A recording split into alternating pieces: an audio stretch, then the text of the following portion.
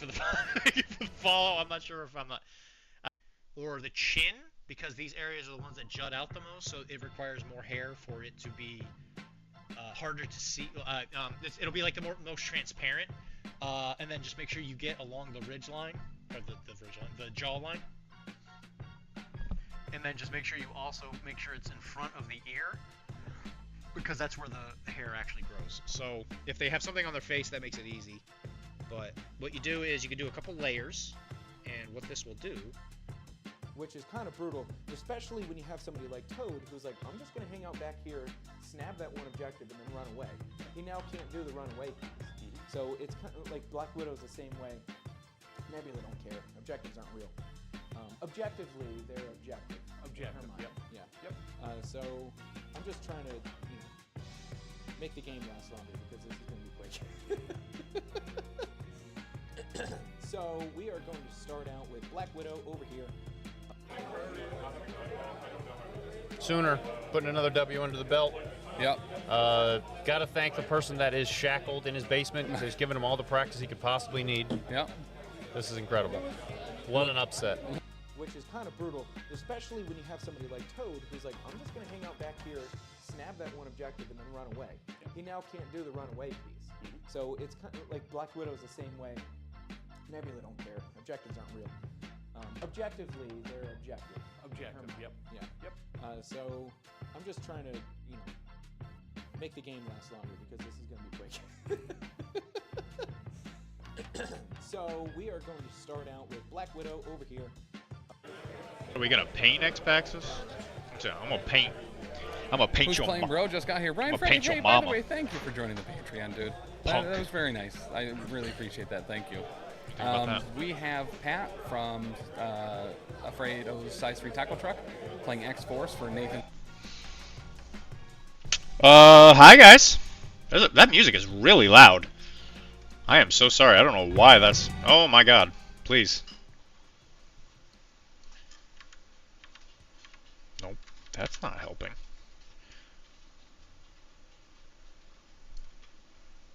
There we go. Hi guys. It's me. It's Dr.Deee. I gotta turn this light on apparently. Everybody says I look more handsome with my little propeller hat. Whee!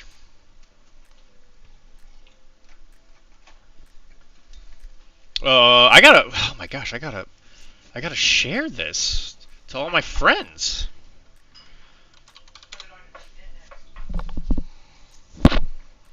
Cause then they'll wanna hang out with me, and we'll Viber. You stole mine. Because he is. they'll wanna hang out and share their cashews with me. They'll wanna hang their cashews with me.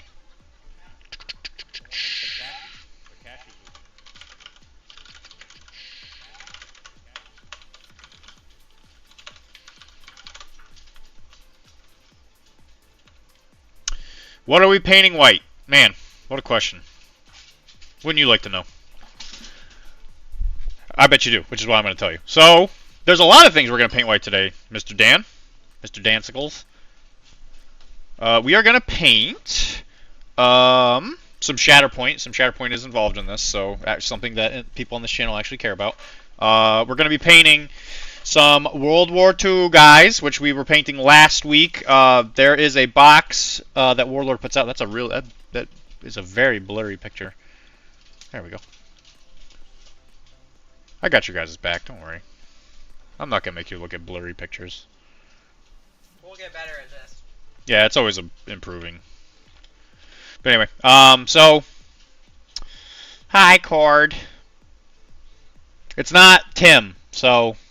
I know you usually make fun of Tim. You're going to have to make fun of me today. Also, to celebrate, we're going to be drinking coffee. I don't drink water like Tim. So if you hydrate me, I'll probably have to pee a lot. You hydrate me. I'm going to say why. Here, so here's Kara's cup for any hydrations. We got a Why Though cup. Thankfully, at Iron Weld, we went there and they were giving out free stickers that were pretty funny. So, yeah, anyway, to actually answer your question, we're going to be painting some World War II boys. These guys are going to be in winter suits, so most of the model's going to be white, so I figured it was a really good opportunity to show you guys how to do a lot of it. It's kind of hard to see. Drunk on Cider, thank you for the subscription, you beautiful man. And because it's you, I'm going to say thank you, Cider Drinker, again for subscribing for, what was that, 18 months? That's incredible. Great job, man. 3 years of this. It's like it's the first time you did it for me. Name is John Cena. All right, so God, I'm gonna put my own personal projects aside. So, starting to paint Malifaux, by the way, if anybody's curious. That'll be something that'll probably come up on the stream at some point. But there's gonna be a lot of white suit Soviets coming up. We're gonna be doing a little bit of R2D2. Now this one has already. I just resubbed and didn't get a notification sent. Well, Dan, you're a part of the PCN. You're just supposed to know these things. It goes straight to your brain hole. It does that to me a ton, Dan.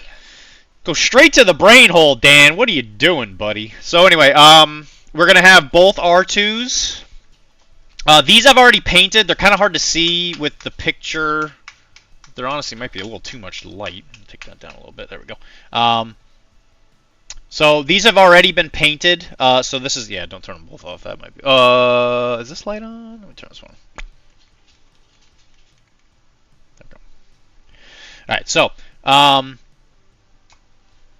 this one's already been painted white. It's kind of hard to see, but once you start painting the stuff around it, the white is really going to start poking its way out, which is good. That's exactly what we want. But this white is what it's going to look like when it's done. Obviously, there won't be quite as much glare. God, there's so much noise. 40 months, damn. Well, that's Dan. He is the PCN. Dan? He is the PCN. He was John PCN at some point. So, thanks, Dan. You're always there to help me out. So we're gonna be painting that up. I don't know. We might get to C3PO2. It kind of just depends. I'll probably be on here for a long bit today because I'm gonna be painting anyway. So I might as well do it while hanging out with people. I might. And then Kara's painting a astronaut. She's not going to be painting white, but she's going to paint this, whatever you want to call this. So all colors. So They're fashion-forward movement. to kick off Pride Week, we're starting with this. They're fashion-forward. Actually, I think this is upside down too. I'll spin that around.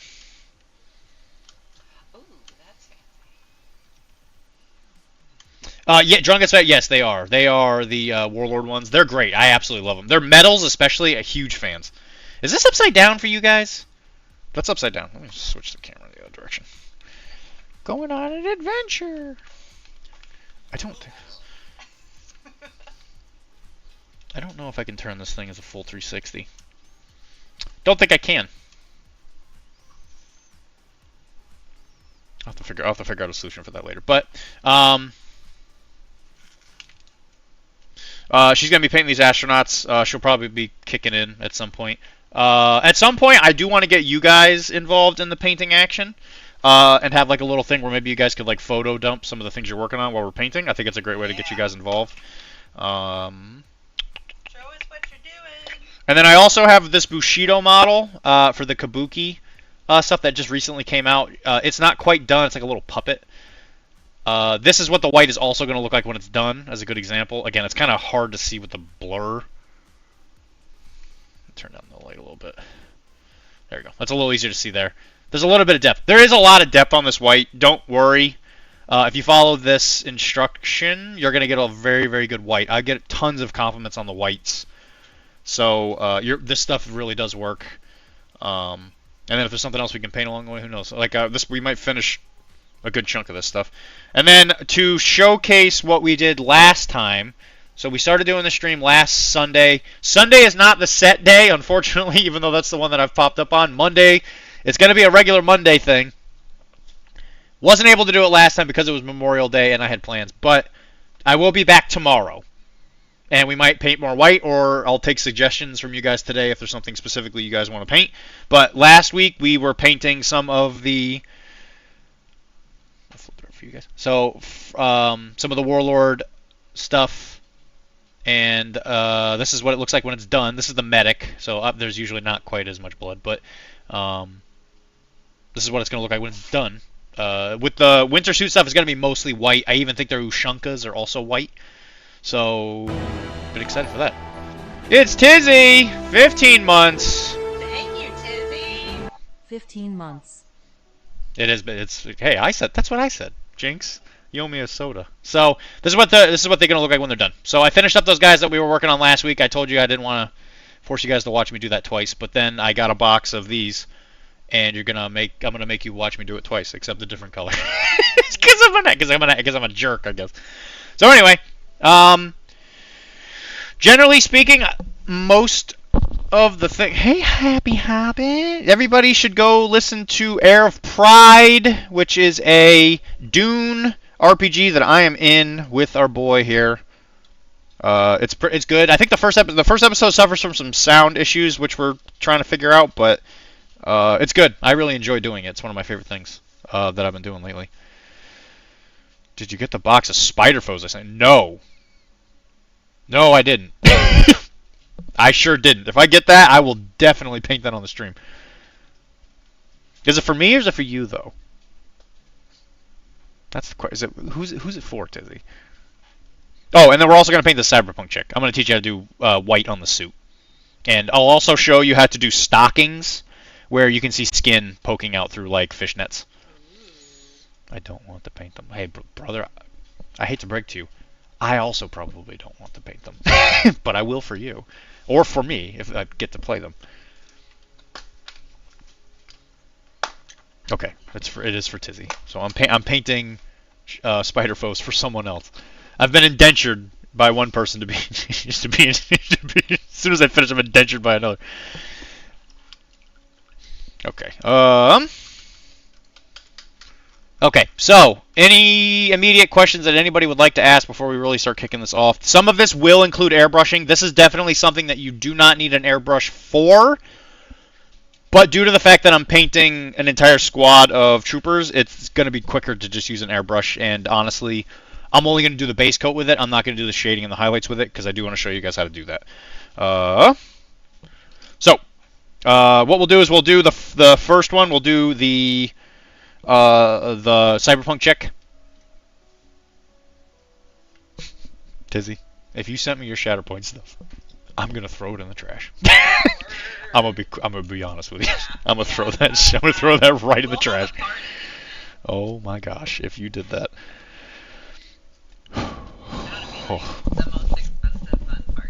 I think I had a heart palpitation when you said that, so just put it that way. Alright, so what we're going to do is we're going to start off with this. I'm not going to airbrush this one, so I'm going to do it with hand, finish it, show you how to do the sheen on this, and then after that we're going to kind of kick it into code. Why do we exist? I don't know, Tizzy, why we exist. I don't know, to experience joy and pain and all the things that life entails and just kind of go with it. Where do babies come from? They come from your bum. They come from your bum. Also, yeah, I guess it is somewhat news. I quit my job today. I put my 2-week notice in. So Dylan will be buying his own practice soon.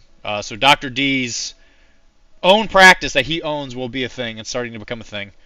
And every dollar that I earn while doing this will be going towards purchasing it. So any support is very much appreciated. So I might be on more. So like in the next coming weeks, I'm probably gonna have about a month off before. Thank you very much, Tizzy.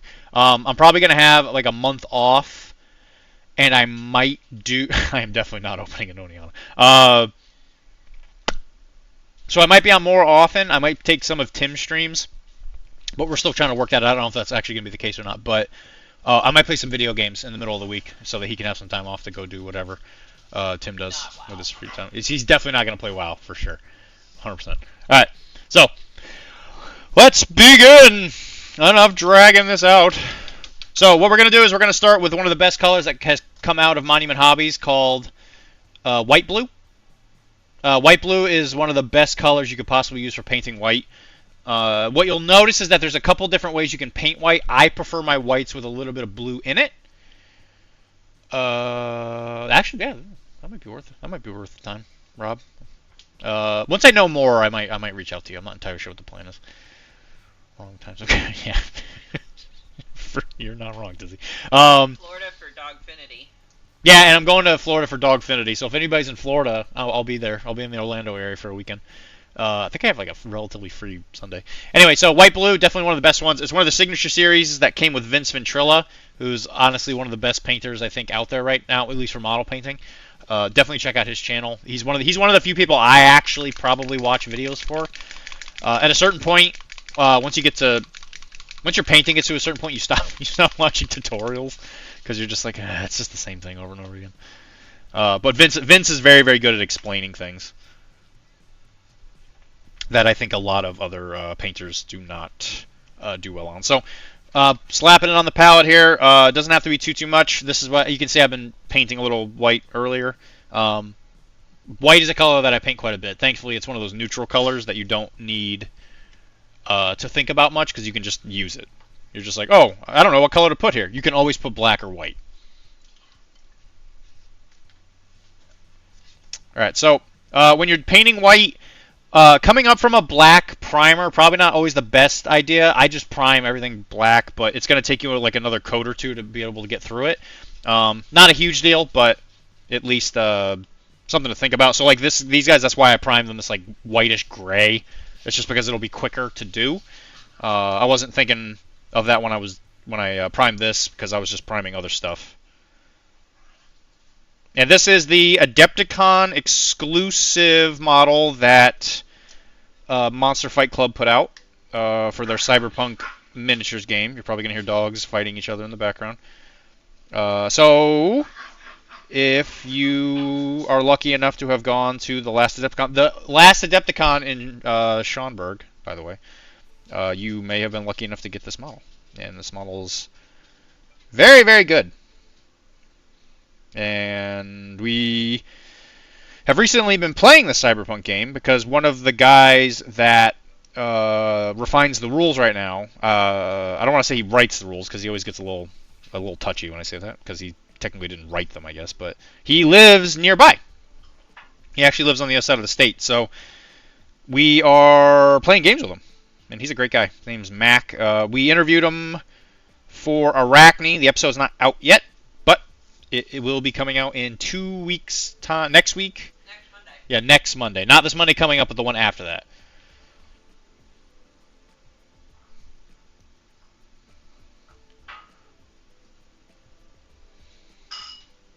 You guys can hear the music, right? Desktop, yeah, desktop audio. Okay.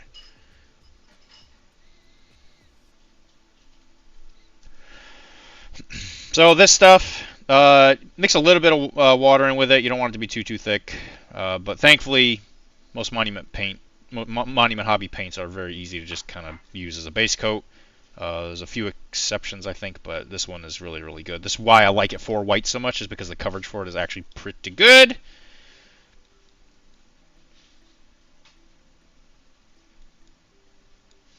So what we're going to do is we're going to paint the suit itself. And then she has an undershirt, which I think proper attire for a white suit would be a white undershirt.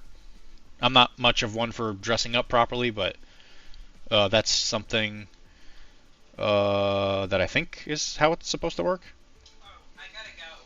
PCN is live. I gotta go watch that. Okay. Kara's got to leave. She's got to go watch PCN. I recommend you guys do the same. Please leave and go watch the PCN stream.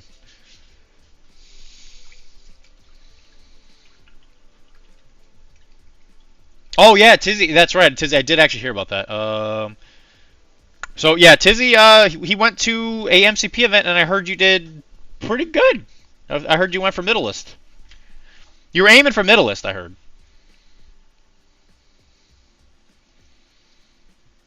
I forget who I heard it through. Might have been Brian. I was with Brian this weekend because Ironweld was this weekend.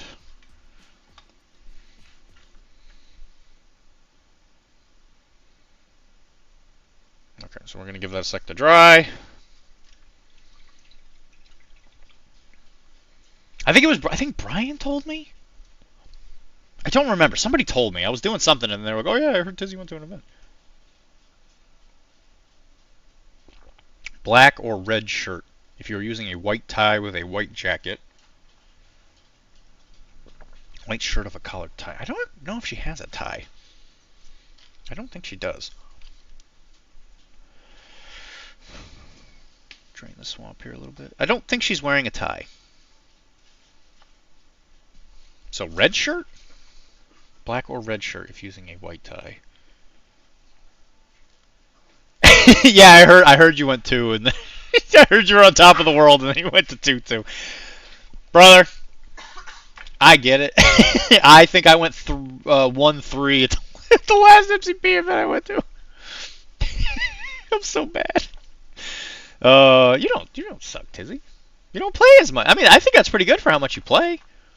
I mean, the people that win those events, they play like every other day, or at least like once a week.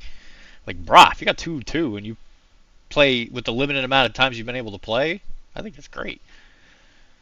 So black or red shirt if using a white tie. Actually, red might work, because if we do red, we could probably do red shoes. And then maybe we could go like blonde hair with red highlights for the hair. That might work out pretty good. Then you get your triangle. Yeah, that's a good idea. Maybe the purse will also be red. Keep the palette nice and simple. Sweet. Thank you, Rob. Actually, that was insightful. Good. I'm glad. Look at that. It paid off. Rob, the fashion forward. Yeah, right. All right, so in the meantime, when we're waiting for that to dry off, what we're going to do is we're going to... Actually, I should probably paint this R2-D2. Now that I think about it. Anybody who knows me, I am enslaved to painting Shatterpoint models for Jesse from Hello There. So these are technically his models. Yeah,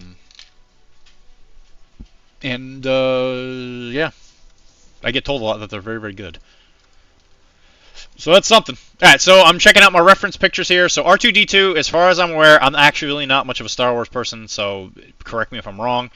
What it looks like is most of his body is blue. Everything's blue except for the little mechanical extender, I guess, or whatever you want to call this right here. And then I believe the dome on top of his head is also silver. And then C-3PO is obviously like gold. Okay. This all looks white to me, and this looks like silvery blue. That's what I just said.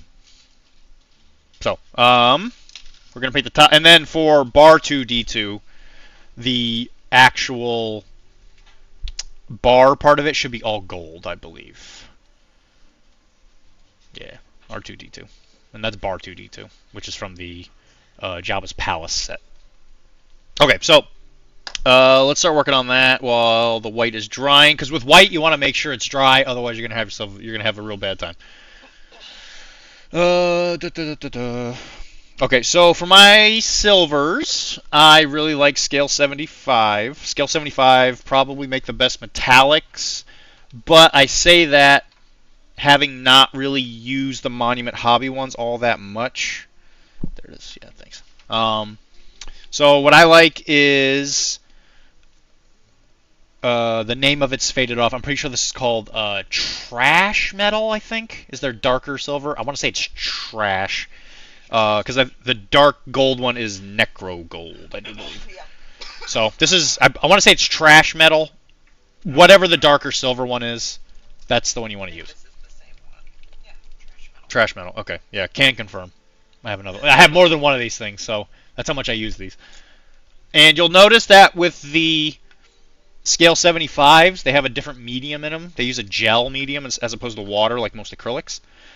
And the reason that they work so well for metallics is that you'll get better coverage. Now the problem with metallics is that they'll have a problem getting coverage because the pigment content is so much weirder because it has a metallic flake in it, which is why it makes it shiny. And that metallic flake will mess with the coverage of it, but with the gel it tends to vibe a little better, I guess you could say. So we're going to take... If you have too much water on your water palette, it'll like seriously water it down, and that can cause problems too. Yeah, wet palette can definitely mess with it. So you can't really see it right now because of like how neon white this thing is, but we're going to take this. I'm actually going to mix in a little bit of black with it just because I like working from a little bit of a darker color.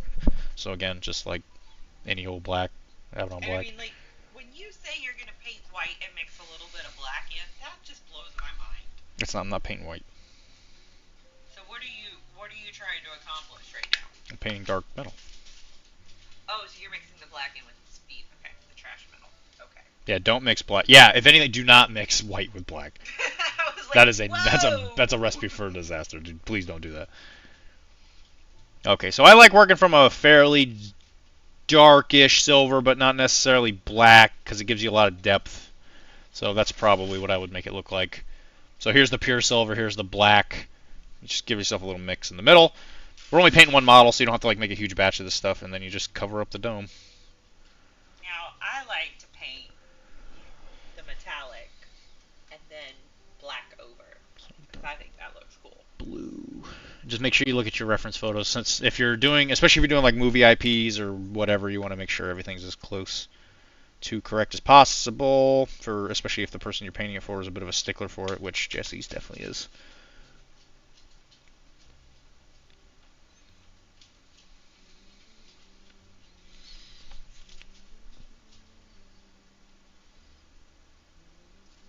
So what's everybody painting? Or playing. Well, we know Tizzy. Yeah, Tizzy, give us the rundown. What happened? So you got the 2-2. What matches did you go up into? Because I'm assuming you were probably playing Brotherhood, if I had to guess. Which Magneto definitely has good and bad matchups.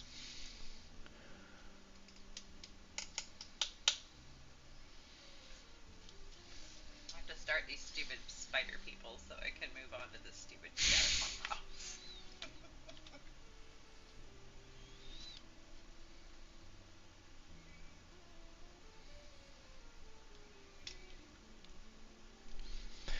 I have to start them.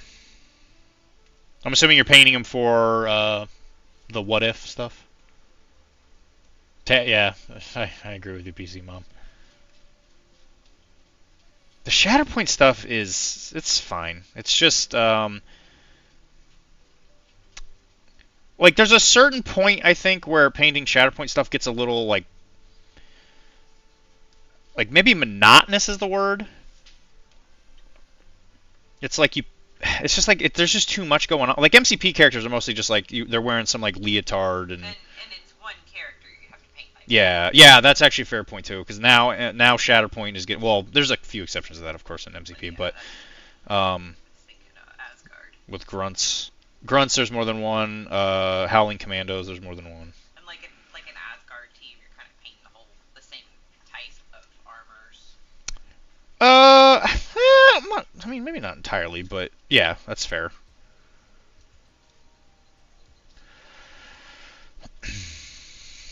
And obviously, when it comes to R2-D2, the better way to do this would be to paint the silver, and then we're going to paint the blue panels and stuff on top of it. If you do the blue first and then the silver, you're a psychopath. And you need help. I am so sorry. Show me on the doll where AMG touched you with the painting.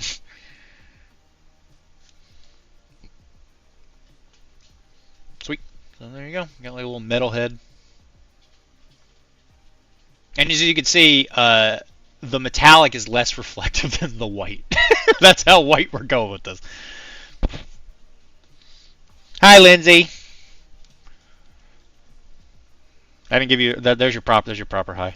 I have to start these stupid painting one of the new forgers as a fire belly and trying some simple OSL. Yeah, OSL's fun. That's cool. Yeah, Dormammu model. That's the Dormammu model. I'm assuming it's from the terrain kit part. How big is the Dormammu model? It's pretty big. It's kind of like the. No. Well, Dormammu doesn't really have a size technically, because he's like an energy being that exists in whatever that realm is. Yeah, I'm sure. I'm sure it won't be the last either. Gorgers. Yeah, Gorgers are good. Yeah, Gorgers are good. I mean, I wrote that ogre article, and even I by the end of it, I was just like, maybe I want to play the Ogre Kingdoms. These guys are kind of sick, actually. I know there's a lot of skill overlap, I think, when it comes to Ogre Kingdoms, where a lot of them tend to like kind of do the same thing. There's like a lot of ambush. There's a lot of vanguard. Like you can make a really ridiculously fast Ogre Kingdoms army. Like it's kind of alarming how fast you can make those guys. Yeah, Lindsay. Sorry to smacking the microphone. Lindsay, I have to tend to agree with that, just because of the fact that, especially if you're playing like Republic or Empire, you're going to be painting just like a ton of white. The reason I can't show you those is because I've already painted them. So I've already painted a butt ton of white when it comes to the Star Wars stuff. And I know white and black or black, not usually actually, but white and yellow tend to be where people have the most trouble when it comes to painting. Yellow, I feel like, is a fairly easy thing to remedy. Sure. So, is you painting that yellow? Yeah. Okay, so actually, this is a good example. Kara's gonna paint this. Yeah, a lot of black. Yeah, you're not, Lindsay. You're right on the money on that. She's going to paint this box yellow, so this is what I'd always recommend, is you paint it that scrag brown that we were talking like last week. Nope, that's not it. Yeah, there you go. Scrag brown, as you can clearly see from the label. Clearly. I want to say it's scrag brown, but it's just like kind of dark, or not dark, but like I guess like a red brown, just like a ochre-y type red brown is something that you'll get a lot of use out of. I guess you could technically also use Tau Light Ochre. It's pretty similar. That one might be a little brighter. You might get a brighter yellow. There you go, Scrag Brown, where you can see the label. Yeah, there you go, Scrag Brown.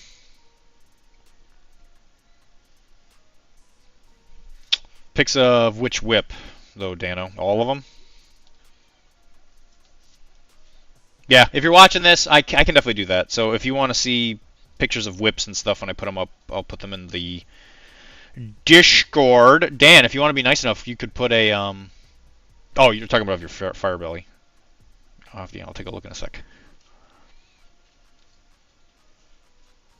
What's a fire belly? Fire bellies are ogres in the old world who eat like volcano magma, and they're essentially in tune with Akshi, which is the lore of fire. I think it's pronounced Akshi. I know it's like a play on words of ashy, but I think it's pronounced Akshi. Thank you, Streamlabs.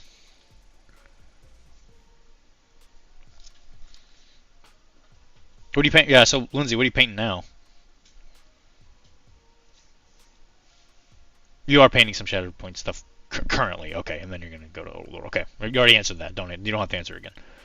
Black, gray, and white, brown. Yeah, no kidding.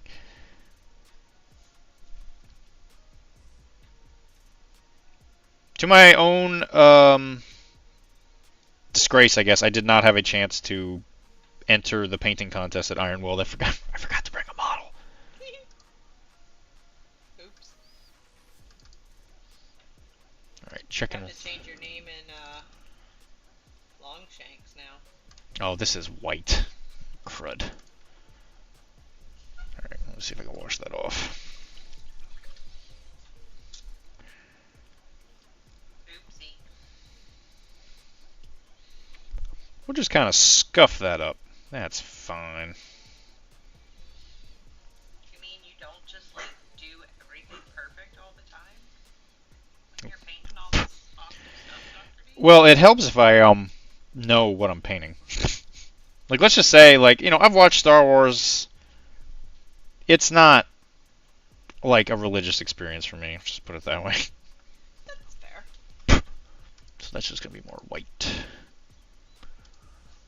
Can't be everything to everybody all the time.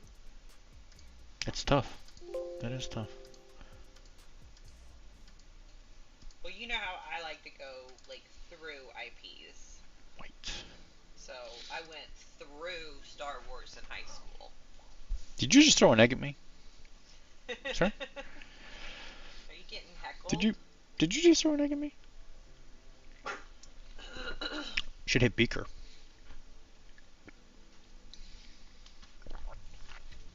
Okay, anyway, that should be enough time for this to go white. So we're going to come in here again, do another coat. And the reason that we have to do 2 coats is more than likely because I did a black undercoat. You can't really see it on the camera, but the coverage on it needs a little bit of work. So this might take a couple rounds of white blue. And a good alternative color you can always use is gray blue, pale gray blue by Vallejo.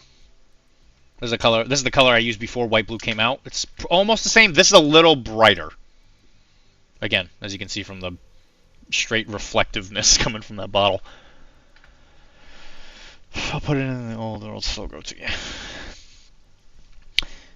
To my own shame, I have not. Yeah, Old World fell off the map for me, unfortunately. I actually got a bunch of tiles that I was gonna do a map-based thing for Old World, and with Warcrow coming, and with just everything in life going on, with this whole like getting another job thing, I've been busy, and I have not had much time to give to Old World. Maybe you'll have a little more time for that. Yeah, who knows? I just need to become good enough at Infinity where I become famous, and everybody listens to Arachne, and everybody remembers my name, and everybody's like, wow. Wow. I did play Infinity at Ironworld. I got Middleist. Woo!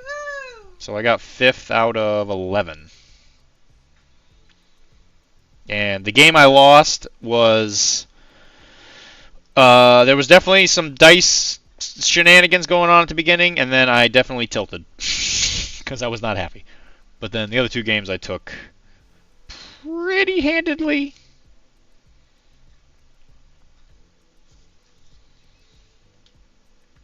The game I lost was definitely a case of I was playing a very good player combined with the fact that my dice were just not wanting to cooperate at all. Oh, I'm glad you clarified that because I thought you were saying that the person you were playing was, like, cheating somehow with their dice. No, definitely not. And of course I got tons of compliments on the paint jobs of the models, which is one of the reasons why I feel like I can actually stream, and you guys might learn something. Well, their paint will probably turn out better than mine if they keep watching. Well, yours might get better too if you watch. I can't be bothered with watching you. I gotta paint. Wow. I listen though. And I live heckle you. It's true. And I tell you to hydrate when we're not streaming. That's also very true.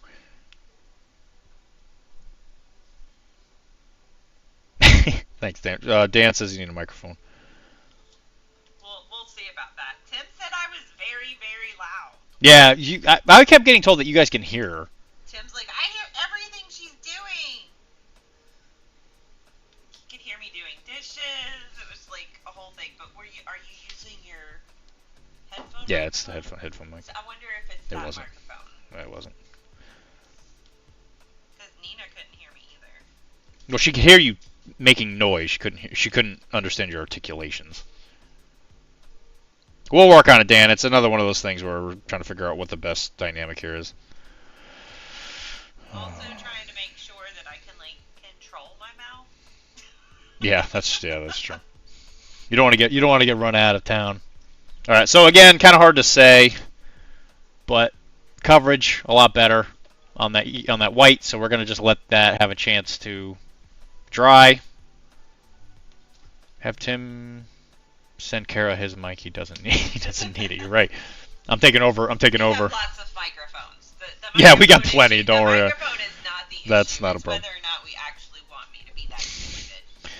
All right, so we're gonna go back to this R2D2. We're gonna start working on the silver some more. So again, looking at this silver here. Now we're gonna go a little more on the pure side. So when you're painting a robot, you have to figure out how shiny you want it to be. Most of the art that I've seen of C-3PO is him being a little more on the Yeah, he didn't. He didn't really stream, did he? All week. I think that's because of. I don't know. I'm not gonna. I have no idea why actually. So again, you want to look towards the light source. I'm always like upper right. Yeah, up and to the right. So when it comes to metallics, you can afford to be high contrast because of the way metallics work. So when you're painting metallics, ironically enough, you want to follow a lot of the same principles as if you were painting non-metal metallic, which just means that you have to think of it in regards to where the highlights are going to go in a very similar kind of fashion, and you'll notice that your metallics will get a lot better. My opinion is that you don't really need to wash. I'm not much of a washer myself. I don't regularly bathe. Washing is for city folk.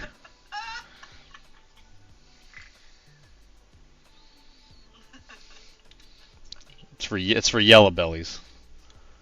Sorry, I used that curse word. I'm sorry. And this might take a couple coats because again, this kind of work is delicate, and you don't want to like just cake paint on this poor guy. I cake paint on all the time.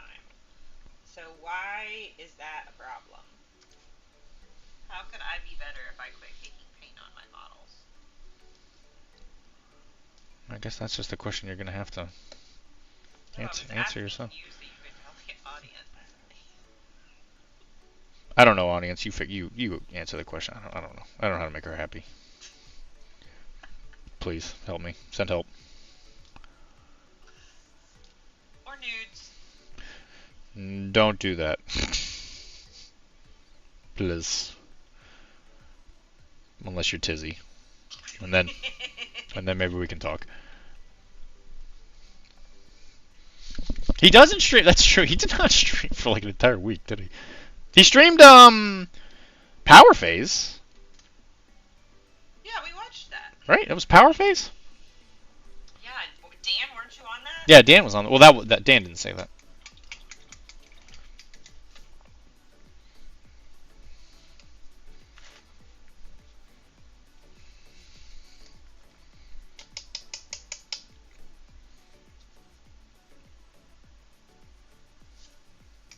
New episode of Has Been Hotel.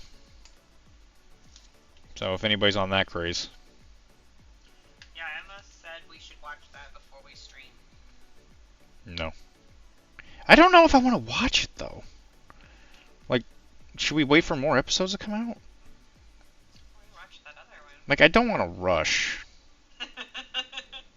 Because then I'm going to be like, I want... This is how much we like it. And then I want more. Debating. I was like, well, you know what? Let's be honest here. Do we really watch it today, or should we save it for a rainy day? Should we watch... If we watch this episode, we should probably just watch the whole series again. Just to make sure we get the... Just kind of catch up, you know. I don't want to forget anything. Bubby, Alright. really need you to not be here. Lindsay is saying that it was good. I heard it was... More shocked if Lindsay was saying it was bad. No, it's bad. You can wait until later. I hear it was a very heavy Stolas episode, which is cool because Stolas is one of the best characters. Indeed.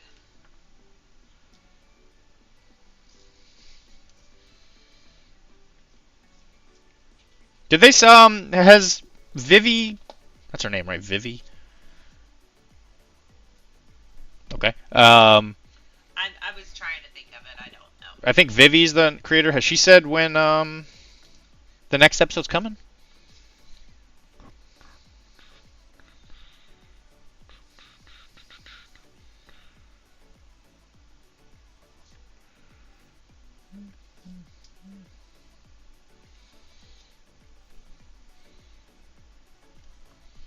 As far as like contrast goes, again, these are kind of hard to see, but you can see a little bit there where on that part of the dome it's a little bit more on the silver side. It's a little darker over here.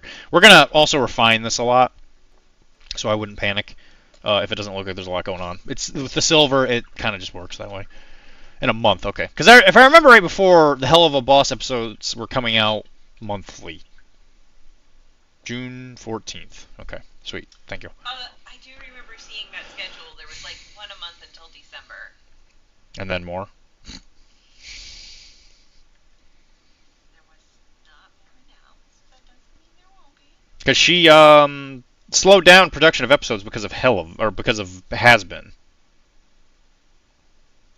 Because I think that's why they stopped making so many episodes, right? Because they were doing stuff for Has Been Hotel instead. I really haven't done any research into so I don't know.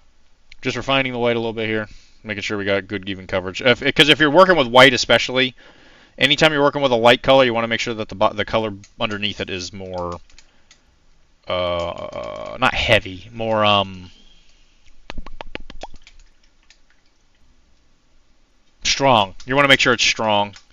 Because whatever color you put underneath a color, especially a white, like just an especially bright color, it will 100% show through. So you want to make sure that the colors are set up for success here. Because if you rush the white base coat or the yellow base coat, if you rush that brown, it's going to look like you rushed. And then you're going to wonder why it doesn't look good. And then you're going to make fun of me online. Following 3 episodes of the season are October, November, and then December. Okay. And that's going to be end of season 2. Because I thought for the longest time we already had the end of season 2. And then we didn't. So they just, I guess in the middle of a season, you can just take a year-long break. Year-long break and it's still the same season. I don't know. I don't work in Hollywood. I don't know how that works. Well, she doesn't either. I think Lindsay does. So I need to start my yellow. And last time you said I went too bright too fast. So what do you think I should do? So when you're doing a yellow, I'll pull her that forward. So when you're painting a yellow, you want to start with that good brown. So her visor is also going to be yellow. So it's going to be similar principle here. She started going to this ice yellow, which is a very, very unsaturated, is what we say in the biz, which means there's a lot of white in it.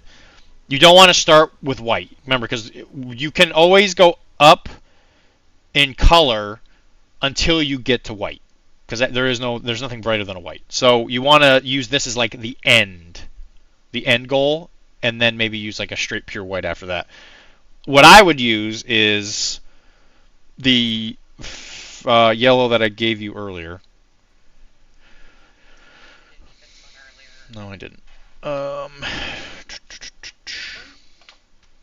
So there's this color called Phalanx Yellow. So Phalanx Yellow is really, really good because it's more of a yellowy color. You can kind of barely see this. This makes for great streaming, by the way. We're doing these colors that are so hard to see because they're all so bright. But as you can see from that Phalanx Yellow, there's more of a yellow to it. This is so much more lighter. So you want to start with this one first. And you might even want to mix it in with a little bit of the brown previous. And it should help you get more out of that. Okay. Thank you. Yep. Alright, so we're still letting that white dry. So we're going to do a little bit of what they call speed metal, which is an even brighter silver color. So when you compare that to that yellow there, it should be a lot brighter if you can get it out of the bottle.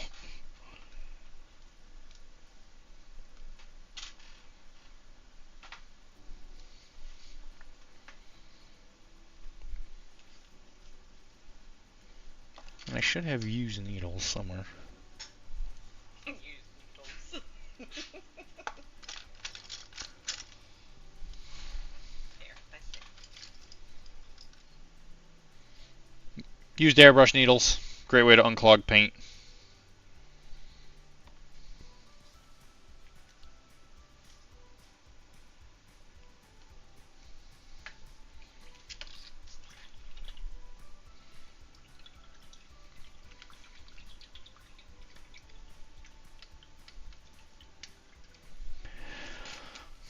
So as you can see there, this silver, much more white than the trash.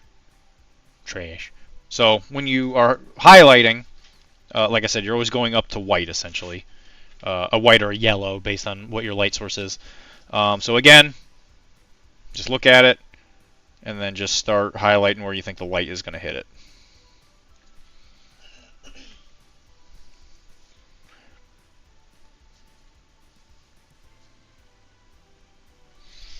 I think the little thing on top of his head is also silver.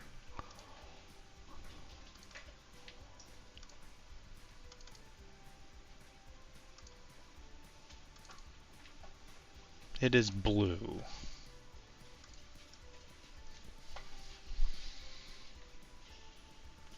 Hey, look at that. Good job, Lindsay. Did you finish that army? Like, cause that was Taylor's army, or not Taylor. I'm sorry, Tim's army, right? Cause he keeps bragging about how he primed a single Tyranid or something, and how he sort of painted like a term of gone, I think. I have heard him with this brag.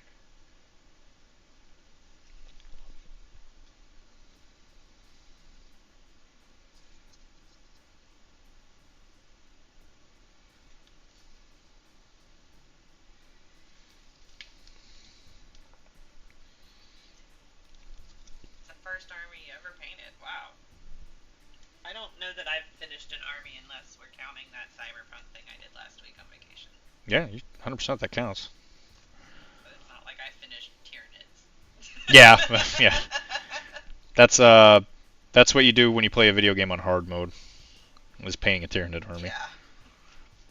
Yeah. Actually, I would honestly, I mean, Lindsay, you'd probably be more of an expert. I've never actually painted a Tyranid, but painting Tyranids, like a single Tyranid doesn't really seem all that difficult. But it's when you paint 6 billion of them is where you start to get the difficulty. It's like an endurance check.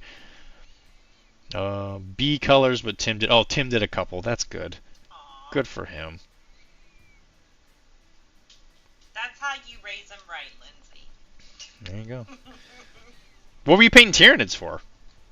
Like, did you have a planned 40K thing going on? Or were you doing it just more for fun? Because I know you actually paint more for fun than anything.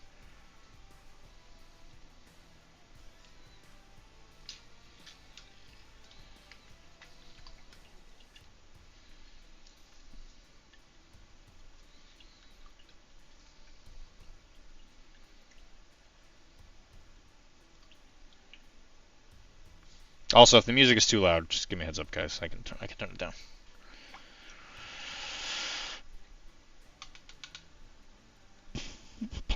Yeah, the little ones, I can imagine, yeah.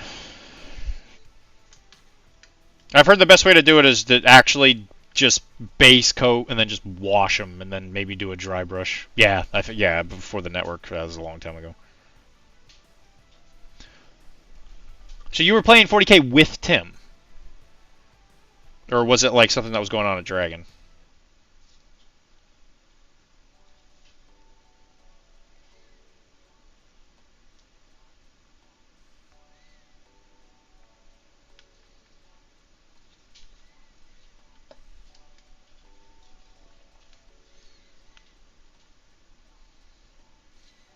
So I'm trying to do the Dr.Deee inward, outward technique. So I'm painting this visor first so I can cover it with my metallics after I mess it all up. So the tried and true Dr.Deee method of whenever you paint the model, go with the way they're dressed. So first you put on your skin, and then you put on all the stuff that's closest to the body. So in this case it'd be skin, undershirt, shirt, jacket, pants, or whatever. It's a good way to make it so that it's easier to not have spillage on other stuff. Partial Adeptus Mechanicus army. Adeptus Mechanicus models are actually super sweet. They're actually really, really cool. Shut up, Bubby. Bubby doesn't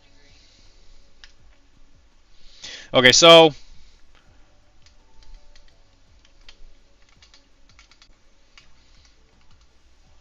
after painting some of that silver, as you can see, we're starting to get a bit of a gradient here. So like that's what the back looks like. That's the dark silver. And then we got the the bright stuff going on here. Wait a minute. There we go. I figured it out. I was like, I had this the right direction. I know I did. There we go. Fixed. Okay, so as you can see, there's definitely some silver, like more silver here than there is there. Like even with this camera, you can definitely see that. So now what I'm going to do is just deepen it up a little bit. I am going to use a dark blue because it's supposed to be relatively shiny. I guess I'll use a bit of a dark Prussian blue. This is a pretty great color. I use this for a lot of different things. So it's just a little dot. We're not going to need a lot here. So this is going to be very watered down. This is what you would call like a glaze. And how do you do that? How do you differentiate that from a wash? All right, so a glaze and a wash have a lot of like similar properties that I think will really confound some people. I think glazing, if you want to become a better painter, you got to learn how to glaze. You got to get rid of, you can't do washes. So the difference between it is literally this. I just watered that down. This is going to be thicker than a wash because it's not literally just water. So what you do is you load the brush up with it. So now there is that stuff in the brush. And so what I'm going to do is I'm going to wipe off most of it on like this piece of paper so that I know that the paint is in there, but I know that there's no excess moisture, which is going to make it want to wash into places I don't want it to.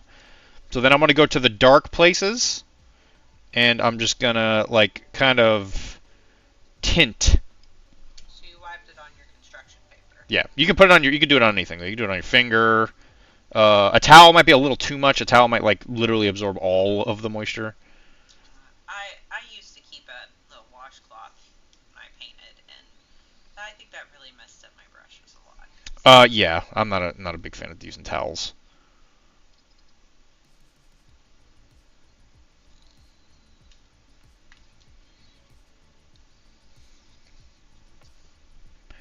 And because this is a metal, I recommend that you go pretty much like right to the point of transition between the bright and the less bright, especially with this blue, because what this is going to do is it's really going to make it look a lot more reflective.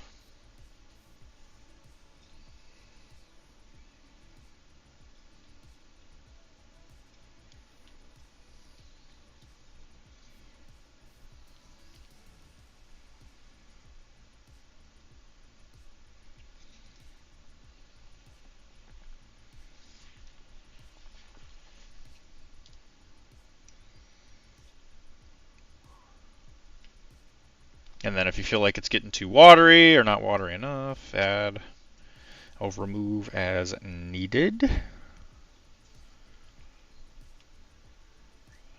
And at this point, you don't need to think about it too hard. Just put it in there where you think it belongs. And you're going to be trying to go in the opposite direction of your light source because this is quote-unquote the darker spaces of the model. My whole goal here is to make the transitions look less rough. You do not want a hard edge on the color transitions. How many models have I painted for Tim? As far as I'm aware, none. I have offered, and he's told me no. I have definitely painted a lot of models for Jesse, but I have not actually painted anything for Tim. What do you think Tim tells you no? Do you think he doesn't like your painting? I believe Tim doesn't want me to paint it because I think most of the stuff I've offered he's usually already got.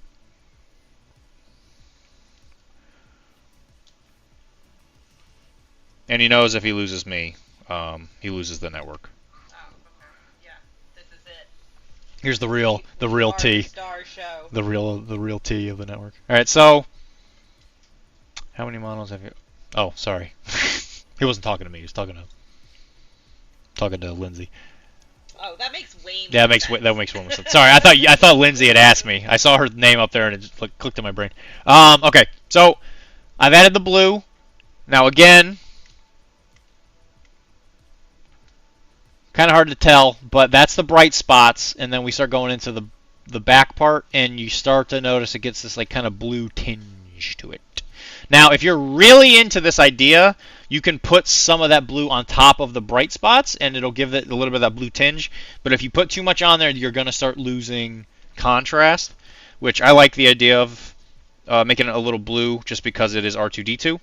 And you have to remember that when we start painting the blue paneling, everything around it's going to start kind of getting a little bit of a blue tinge to it anyway, so it's not like end of the world.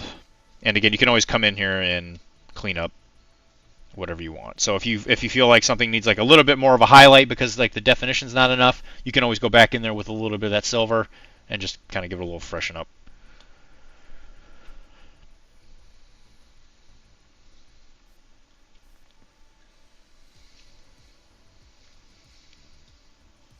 And we're doing the same thing for bar 2, coming in here and just giving it a little spritz. Little spritz of that blue.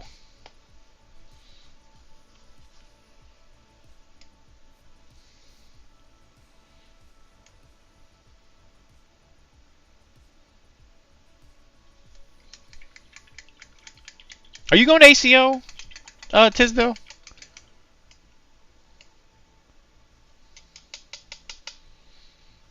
I will not be there, before anybody asks. But I know Tim was saying that you want to go to ACO when I'm not working. But I'm just saying, like, you're gonna have free time. Maybe you should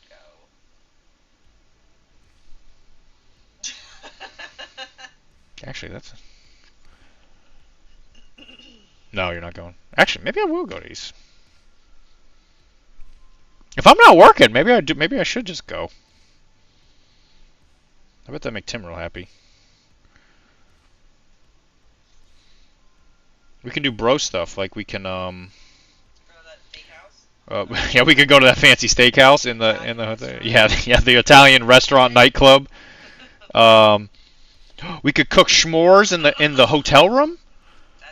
We could break up some of the furniture. Start a campfire. We could make some voodoo dolls of Tisdale and poke him in the butt. And then Tisdale's gonna be walking around like, who poking me in the butt? I don't think anyone else is going. Nice. Tisdale, if you feel somebody poke your butt, it might have been me, but on the other side of the country, because I got a voodoo doll of you. Don't be mad. Don't be mad, please.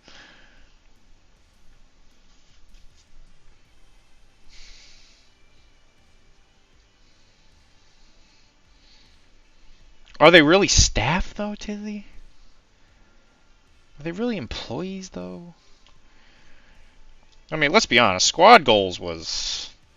That was a premier event. There was the A squad went to Squad Goals.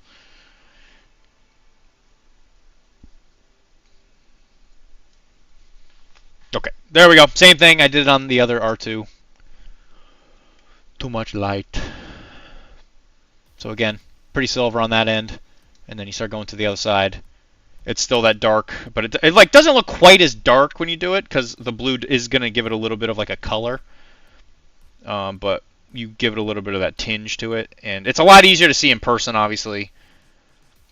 Like everything else in life, everybody tells me that I look better in person than camera.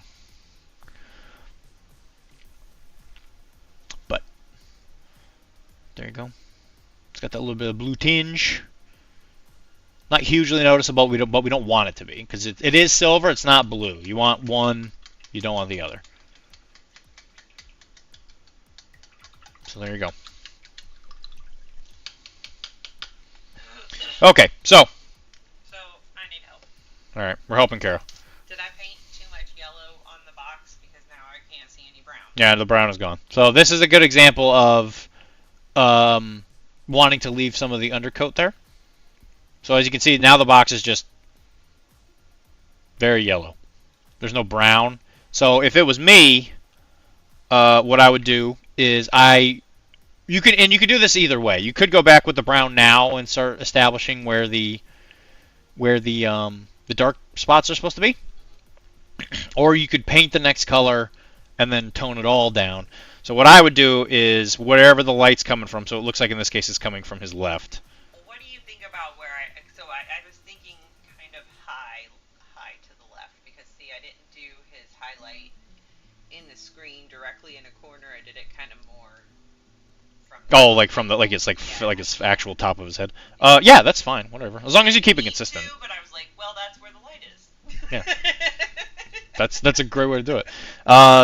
So in this case, yeah, it doesn't really matter where the light's coming from. Just put the next yellow in a place where it's going to see. So edges facing that direction, and then if it's like this, kind of like the handle thing where it's more of a cylinder, just keep it to the upper part of it. And then what you could do, I probably have some of that on my palette right now. So like here's that brown. I always have that brown on my palette. So give it a little water just to revitalize it. Again, this is going to be a glaze, so there's paint in the brush. You can see it in there. And then I'm going to wipe off the moisture part of it. And then if she wants that light to be there, I would take this and I would just kind of drag it on down there. Just nice and gentle. And if you want your painting to wow people, this is what you do. And then if there's ever like a divot in there, like there, I would put some in there.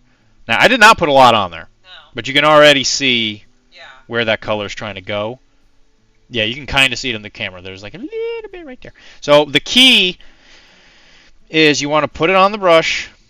Now the bottom of it's going to be mostly brown, just because there's not a lot of light hitting it. So I load it up, wipe off the moisture. In this case, you can even be a little bit more laissez-faire.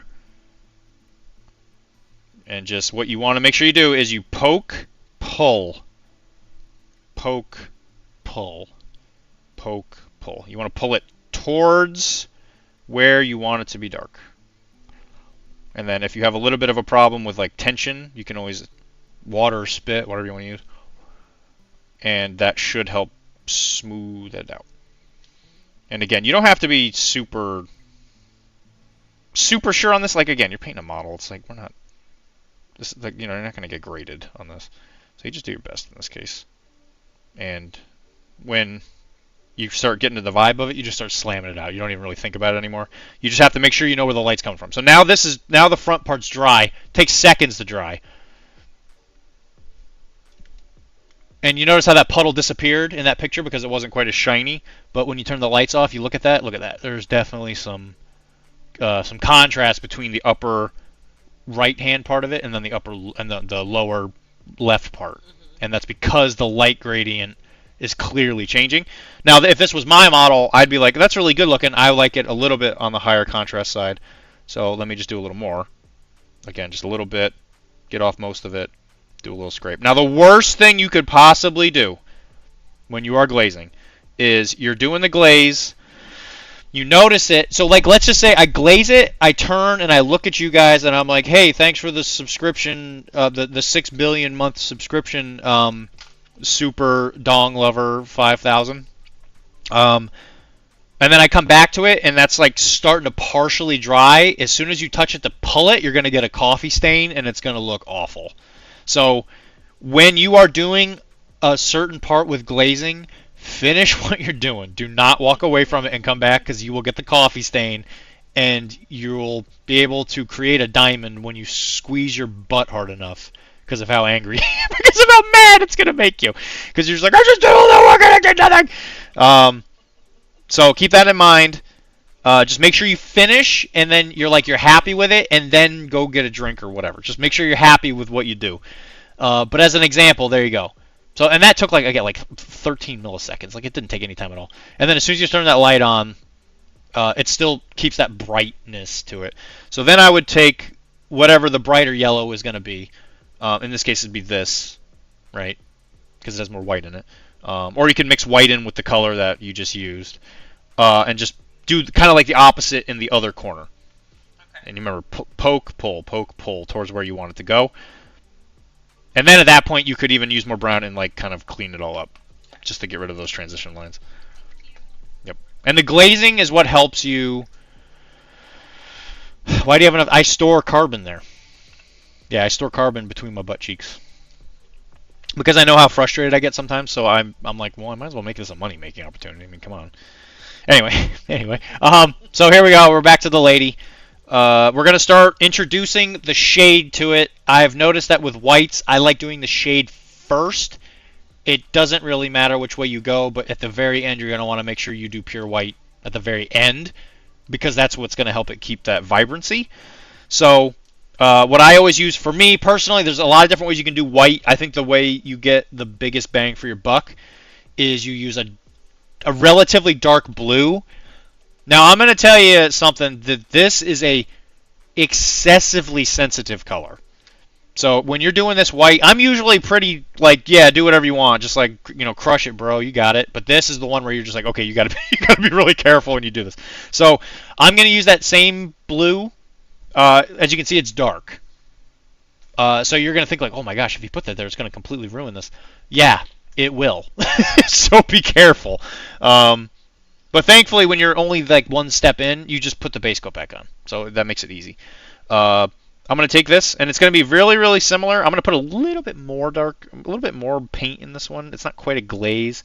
This is going to be sort of some weird area between a glaze and a wash, and it'll make more sense in a sec. So, as you can see, we got the base coat. It's nice and solid. There's no black poking through. Light's coming this way. So we got to go on the opposite side, which is over here, and we're going to poke darkness into there.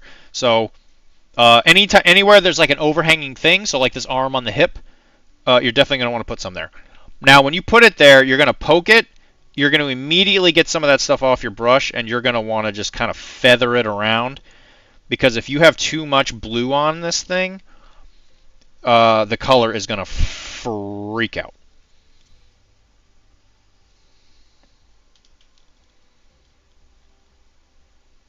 And this is a super tiny amount of paint, and you're going to use this for a pretty good chunk of area that you want to shade.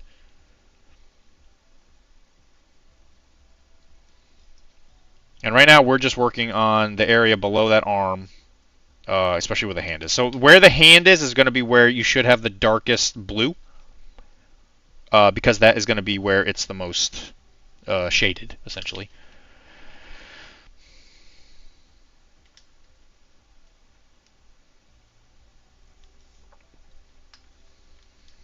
This is definitely the hardest part. So the good news is that if you do it the way that I do it, if you mess up, you don't lose that much, because you can always just go recover it with the white blue. And if you do that, any frustrations you have, you should be able to pretty easily fix it. Now, and the good news is that even if you come in here and you start doing this and you're just like, ooh, that blue is real strong, you could even take the white blue and, again, kind of glaze on top of it, and you could even lighten it up a lot, and you can get different variations in the blue, so that you get a cool, like a pretty, for lack of a better term, a cool blue, a cool white, which is, I think most whites are cool. There is a warm white. I don't do it very often, but it's more of like a khaki color. Actually, I guess it was sort of what we were doing last week with the khaki color. If that was more of a white, I would just have introduced more white to it as opposed to more khaki. So in a weird way, we kind of did this last week too. We did it the other direction.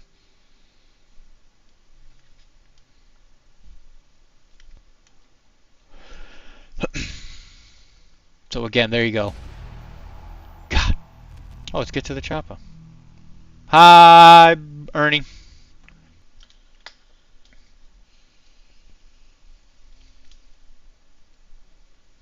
So, there you go. That's what it starts to look like. As you can see, there's not a ton of variation there. Let me see if I can get the focus a little closer up. As you can see right there, there's some darkness right there. Again, we're talking real subtle. And you're going to be wanting, and you're going to be able to do this, you're going to want to do this more than one coat. So as you can see right there, and I put a little bit on her back, and this is going to be underneath overhanging stuff. So, like the purse and stuff like that, you're going to want to slip it underneath there.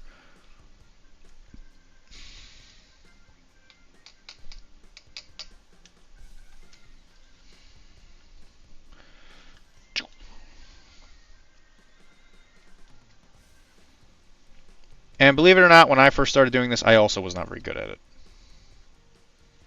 So if you do this and you're like, man, I am having a real butt of a time trying to learn this, don't panic. Everybody does. That's why white is tough. But if you learn this way, I guarantee it, people are going to see your whites and they're going to be like, wow. Wow. And if you can paint a good white and a good yellow, you're going to be like one of those painters. Everybody's like, oh my god, I can't believe you're so good at painting. And then you're going to be like, what is wrong with your voice? I have a speech impediment. Always where your stories go. Somewhere weird. It's a lot more interesting that way. Alright, so put some shading in there between the butt crease. Give me a like and favorite if you also enjoy skirt butt creases.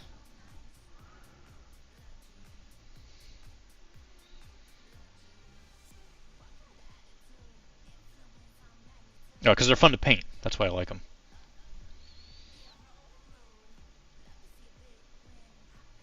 And the good news is that if you're doing this shading, I would even err on the side of maybe over doing it in some places, like surface area-wise, because we're going to come back in there and clean up, which should help you refine where you actually want the dark spots to be. Again, squirm that in there, in between the other arm.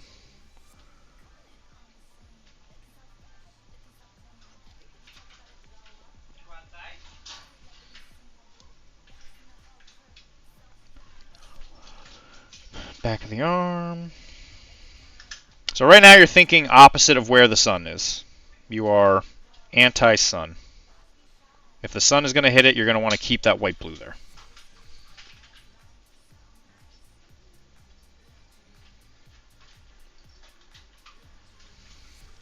And whatever your preferred method of feathering, you could always take the color, you could like kind of poke it, a little stippling type action, just to keep the border of where the color is to be a little smoother. Gotta rest my hand up on this thing. It's a little more steady.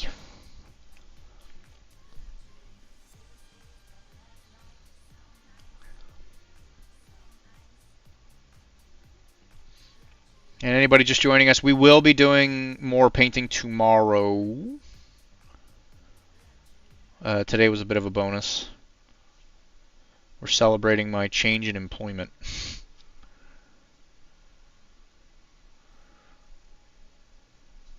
I put my 2-week notice in right before the stream.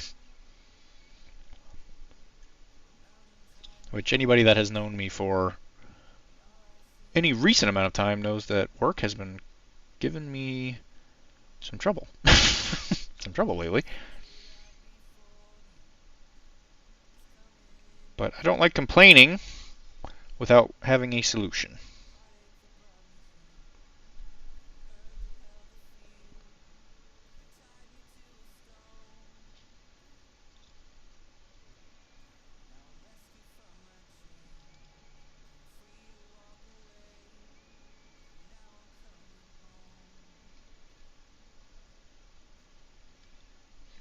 And at this point, I'm just reinforcing where I want the dark to be, so that it has contrast to it. And once you practice this more, it becomes very obvious. And the good news is that the more and more you cover an area with the paint, even if it is very translucent, it will build up in a way where you will have the ability to control, like, specifically how dark an area is, which is very important when you're painting. This is what model is this? This is the Adepticon exclusive Cyberpunk Corpo lady from Adepticon, which you might have heard of. You should go to Adepticon if you ever have a chance, Tizzy. It's very good.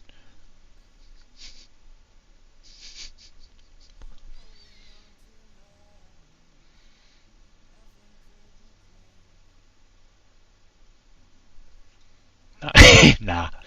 Nah.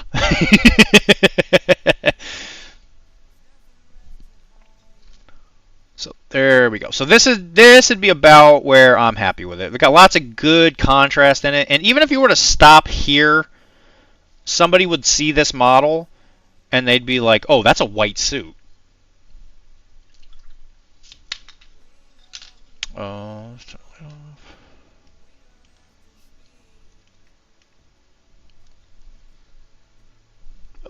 Focus. So there you go. Now you got depth. Thank you, Briar Mage. I'm very, very clever. You know, you too, Chuck. You should go to a depth con at some point too. As you can see, there's the butt crease. Charles, do you enjoy a good short skirt butt crease? You seem the type. And this is the side that the light is coming from.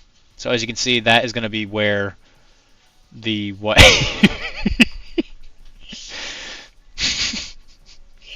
I don't know. That one might get me in trouble.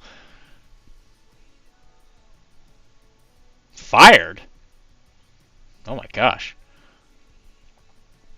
Short skirt and a long jacket. That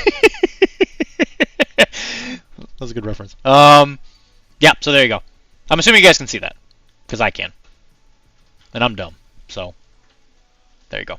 So now, something that I wouldn't recommend usually, but in this case, because we're actually going to paint that shirt a different color, what I'm going to do is, because I know that a lot of the light white parts are going to be right here where that neckline is, it is going to be a weird... it's going to be a really weird show. Oh, gosh. So he said, what, red shirt, I think is what he said. So I guess we're doing a red shirt. All right, so again, we're reaching for good old monument habits. There's a couple different reds we can use here. With some of my favorites. Here it is. So we have burnt red, and we also have dark crimson. I used to always use burnt red for these things, but I really like dark crimson because you get a little bit of like a purpley undertone to it. Burnt red is also a great choice, though. It depends on what you want to do. So I'm using dark crimson for pretty much all of my reds now because it's also a gloss. Now, something to remember with gloss paints is gloss means that they're shiny, and the human eyeball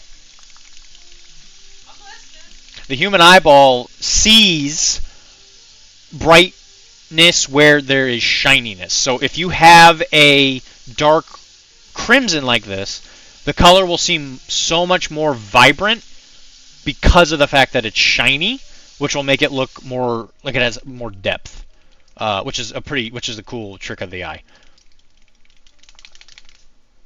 Short skirt and a long short. What is a short skirt and a long jacket? Jacket. That's some cake. That's cake. Yeah, that is cake. Just be careful while we're streaming. Don't want to sing too much. Yeah, we'll get in trouble. So I am underwhelmed by the Monument Metallics with your... Yeah, skill 75s, 100%. If you don't like the... I haven't had much of a chance to use Monument Metallics just because I'm slowly working my way through all my skill 75 stuff. Yeah, we bought a ton of Cake is the Metallics band, I think. right before they came out with theirs, remember? 'Cause I Yeah. got the link and I bought a bunch of them. Yeah, because they had an alchemy line that came out where it's like different colored metals. Like I have a couple of them here. Mostly because Kara forced me to buy these stupid things. I bought those myself. Kara bought them with her own money because of me, because I'm stupid or something. So you have a garnet one. So there's like a red pre-mixed metallic with their medium in it, which is pretty useful. They do have a copper if you're using that for anything. Like moon gold. Yeah, there's moon gold. That third from the left, second row. Third from the left on the second. Yeah, I see this one, but no, this is the copper. Left. Not right. Oh, you're talking about this one. Yeah, okay. So like You know what I was saying this time. I know it's crazy. like a super bright goldy color. I love that color. This would be a good like last color for if you're painting a gold. This would be like the edges because it would make it give it a little bit of a whiteness. That color with the copper and it makes a nice rose gold. Yeah, a good rose gold. That's a good example. They are very good for tinting. Yes, he is correct. Scale shifting. Yeah. Okay. He answered all those questions. Okay, so dark red. That's what we're doing. So boop. So in this case, you want to be as clean as you think you can be.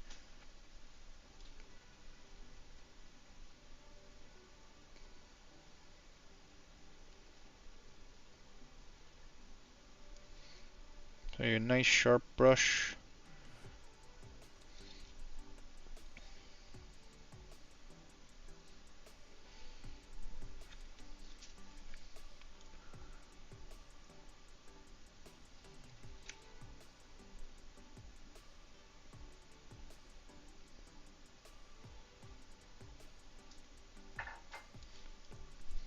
And there you go. I think that works out pretty good, actually. So we'll paint the other stuff that is going to eventually be red, so we're going to do the shoes.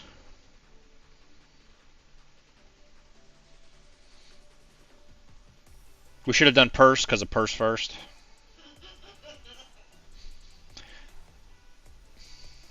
That is a drag queen reference, if anybody knows that reference. Bob the drag queen. He is purse first.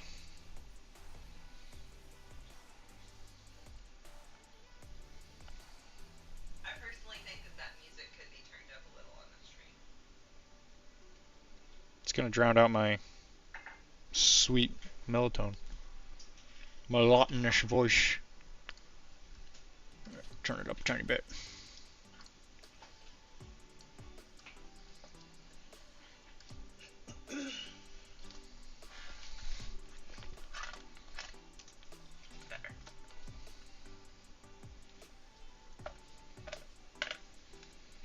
And the one thing I will say is that gloss paints can have a little bit of a problem sticking. Don't give up hope. Just keep trying to put it on. So, like, as another good example here, I'm painting this Malifaux model. This is Sonia Crit. This is the very first one, actually. That's how long I've been collecting these stupid things. I was actually trying to use that dark crimson on the coat because I was trying to see what it would look like. It had been sitting there a tiny bit, so like I wasn't too fretted by the fact that it wouldn't stick. But if you get enough of a good base coat on there, it'll stick. But if you start using this stuff and it doesn't stick, it needs a little bit more pigment because the medium that they use for their gloss paints has a little bit more trouble sticking if it doesn't have actual paint in it to make it sticky. So just keep that in mind.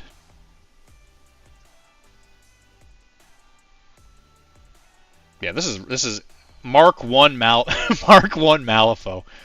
Sheesh. I don't know why I was painting it and I was thinking, oh, I'll do some blue jeans. I can't find my Gravedigger denim. If anybody has read that article on how to paint jeans without fear, so I did purple. I was like, sure, why not? I went with like purple jeans. I was thinking like, oh yeah, I'll get like kind of like a deeper blue color. It didn't quite work out how I was wanting, but still a nice color. I don't think it looks bad. Quite honestly, I don't think it looks terrible. Also, Malifaux probably has one of the best models in the entire world. You have a giant robot butler. He's just walking around with suitcases. Probably one of my favorite models of all time. This thing is so cool. I love this fucking thing. Look how stupid it is. His little hat. His little hat. God. Anyway. I love how excited you get about it. That model makes me really happy.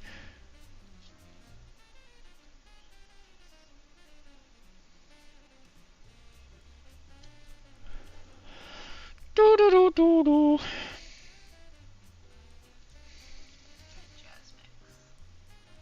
Yeah, this royalty-free thing is pretty good.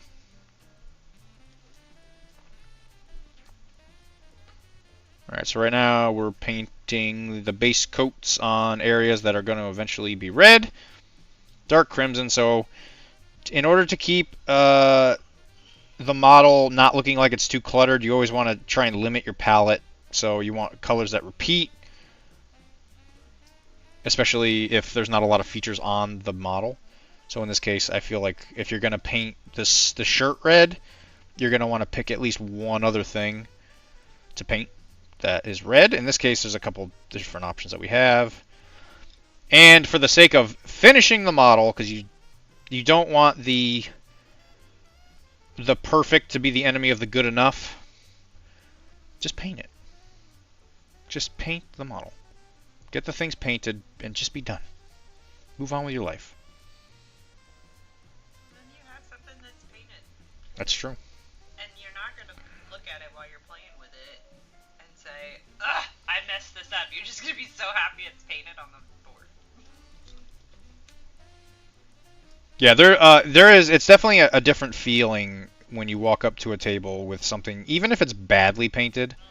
It just looks and feels so much more fulfilling, I guess might be the word, than if you go up with all plastic. I mean, if you have a couple, like when I was doing Infinity yesterday, I would say a good like 90% of the things I was using was all painted. I had a couple of things that weren't fully done because I had just got them, or I've just been distracted with other stuff lately, and I was not able to finish them. But it feels good knowing that you are clearly working on it. So like, whenever I run events or anything, I always give people the benefit of the doubt where if you see them constantly hobbying just in general, I don't really care if they have unpainted models, but there are definitely people out there who just don't paint at all. And they're the ones that will buy so much stuff. And I always have to like say, every single time they're like, oh yeah, I'm going to start a new army or a new project or whatever. And I'm like, but what about finishing the other ones or whatever? And they're like, oh yeah, I'll get to that later. And I'm like, are you though? Like I don't want to see. I'm definitely not trying to be like a gatekeeper, but I'm kind of like, if you keep buying stuff, like you're never going to have a fully painted army. Which in itself, who cares, right? But especially if you are someone who wants to go to events, a lot of the bigger events, they require you to have painted models, especially depending on the game. So like most 40K things, I've noticed they would like you to fully paint. Like if you want to go to Depcon, it's got to be painted. Like there's no discussion for this. So it pays to finish what you're working on. Now, if you want to go to Adepticon, you don't have to be like an award-winning painter. It's just got to be done. So even if you just give, and if you're a new painter, done could be one coat and a wash. That's true. Yeah, for some, and depending on what it is. So like even like bringing up the Tyranid thing we were talking about before, you're gonna need 60 billion Tyranids. But the good thing is like the way that the models are, you could very easily just put a couple, you slap some basic colors on there, you hit them with a wash, and you know what? If that's good enough, that's good enough. I understand that, painting isn't everybody's favorite part of the hobby, but it is definitely something that you have to at least keep in mind if you want to go to bigger events. All right, and so she also has a little bit of the undershirt poking out at the wrists, so just make sure we get that.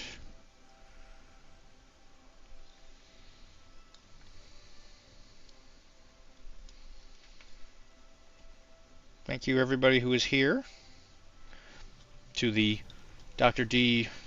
Solid 37 viewers. Solid. There's like local events that also require it, Tizzy. Like I think Captain Con. I think a lot of it might actually be just like event organizer specific. But I know that most GW things they like want everything to be painted. Whether that is still a thing or not, I don't know. Maybe they've changed. But like back when I was still playing 40K games, they didn't want you to play without like fully painted stuff. At least for like local cons. Like if you're just playing at the store, like I'm sure most stores probably don't care. Your army's not painted. Leave the store. Yeah, Do not buy anything before you leave. I doubt that would be the case. But I have definitely been to events where everything has to be painted. I did not go to the last Captain Con. No, I've gone to all the other ones though since I've moved up here. So I think I've been to 3 of them. I didn't go this year because the Infinity event was very, very expensive. But Captain Con's like an hour away from my house because it's in Rhode Island. And then Armor Con is the other one that's kind of similar to it. It's like a little like a smaller convention. That one is actually in the same town as where I play Infinity every week. So I usually go to that one too. I'll probably start going to the Malifaux part of Captain Con because the Infinity part of it, I'm kind of like I'm not a huge fan of the way it's styled, and the MCP stuff. Every time I go, you should go. Just tell me when you're coming. I live right next to it. What was I gonna say? Oh, and then the MCP stuff. I've gotten so bad at the game. It's like every time I go to places, I get crushed. Yeah, Tizzy, you can always stay with me, man. That's why we have a guest room.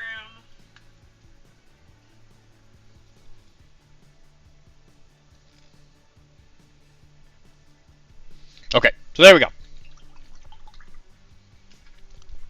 I'm going to be playing Malifaux at Captain Con 2025. Alright, so there we go. We got red. Got it on the parse, the undershirt, and the shoes. And now we're just gotta start highlighting it. I mean, I'm sure I can be convinced, Tizzy. If you're coming up all the way for MCP, I definitely will play MCP with you. I'm not a monster. Or if you stay at our house, you can just play zombies with us. Yeah, we just play Marvel Zombies. On painting your models, just have a good friend who paints well in essence to do it for you to take away all your stress. Yeah, there you go. That's a great way to do it. Okay, so this one, we're going to start working up the red. This is called The Red by Chimerix. Very, very, very, very, very, very, very, very, very, very good red for a variety of reasons.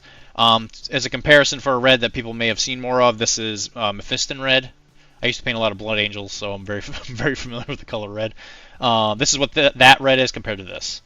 So as you can see, this one is a little bit more on the unsaturated side. This one's more of a saturated red.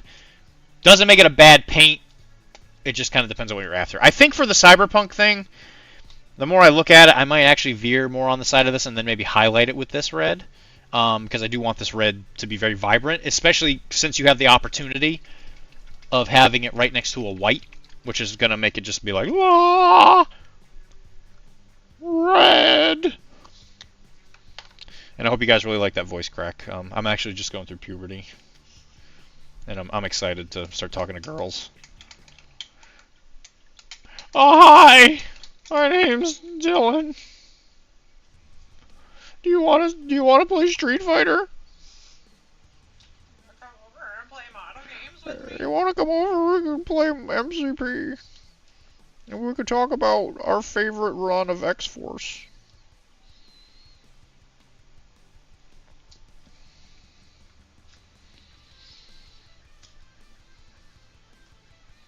One of my most toxic traits is I'm usually only interested in women who are not interested in me. I need friends that will paint on my... Tizzy, you've met Get to the Choppa. He was at Adepticon. He was one of the... I don't think he... Oh, did you meet him?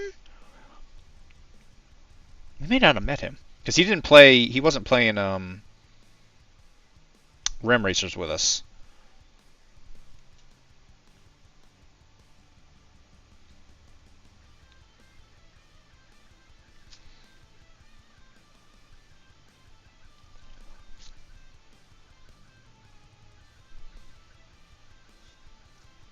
I would love that. Actually, it's funny you say that because since I've been painting more, I've always enjoyed watching people play fighting games, Street Fighter and Dragon Ball Z usually.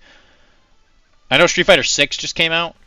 Well, not just came out. It's been out for a little while, but it recently came out, and I'm just like, I'm mighty tempted.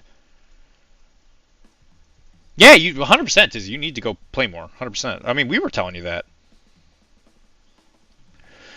They're fun. I mean, you go to events. And even if you fully expect to have your butt kicked and handed to you, it's fun just to like be around the people.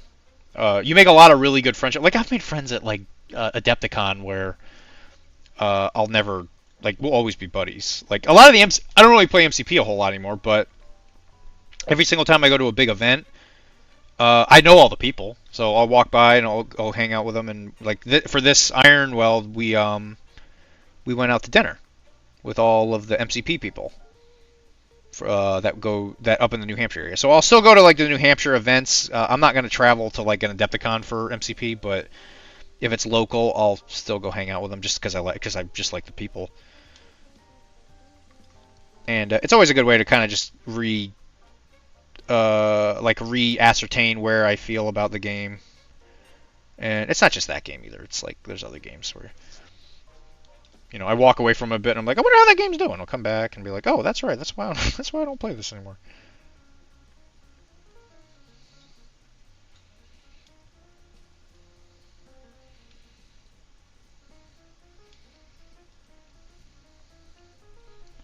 Because I still play. It's ironic. A lot of people think I don't like MCP. A lot of it just comes down to, I think that the competitive part of the game isn't super great, but I think the game itself is very good. Which is why I think like formats like affiliation battles and all that stuff are the way to play the game. Anything that limits down that competitive streak. I forgot how much. I will say, yeah, I should, you have Street Fighter 5? Oh, well, okay, you have Street Fighter on PS. Which Street Fighter is it? 6, the new one? Yeah, we might have to do that, Tizzy. I should probably be careful with my money, but I think if I'm gonna have some time off, I think I might be pounding down some Street Fighter. I am, by the way. I don't really play fighters. I'm just weirdly fascinated with them. And Kara doesn't want to play fighters with me unless it's Tekken, apparently.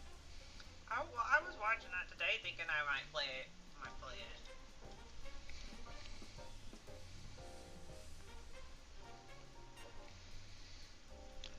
Try to convince Dr.Deee. I'm not gonna convince you to play or you don't.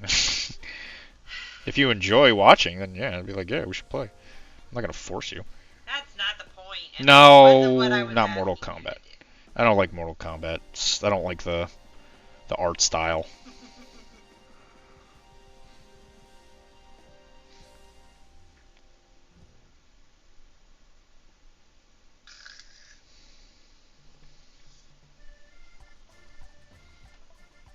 I hate when there doesn't seem to be any right way to get my brush to where I need it to be. Picking out red. Again, I like Mephiston Red because of how saturated it is. I wish it was brighter, in all honesty. And one other thing that you'll notice with GW paints is that a lot of times the differences in the the bottles will be like crazy different. Like even just looking at that, those are two different reds. Like it's hard to see on the stream, but this one is definitely more white than this one is. This is the same paint. Oh, GW, I love you. Quality control. I'm not entirely sure it's even completely their fault. It's just funny. That's something I recently started noticing in the GW paints. Is like this is not even the same red. It's not even the same color. Like two Army painters credit. I'm not a huge fan of their paints or their primers or whatever, but they sure as sunshine. They are the same color every time.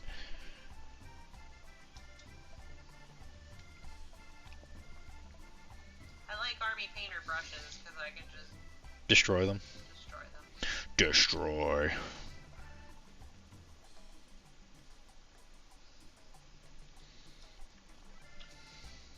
Paint, smush, destroy.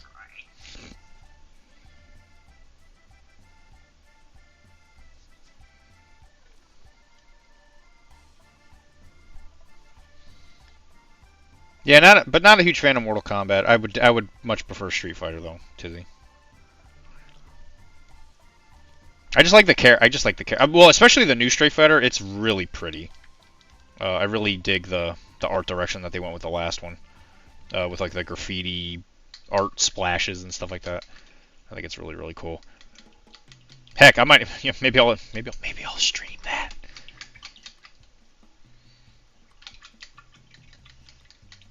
And we'll see maybe before I start working again if I can get to bronze.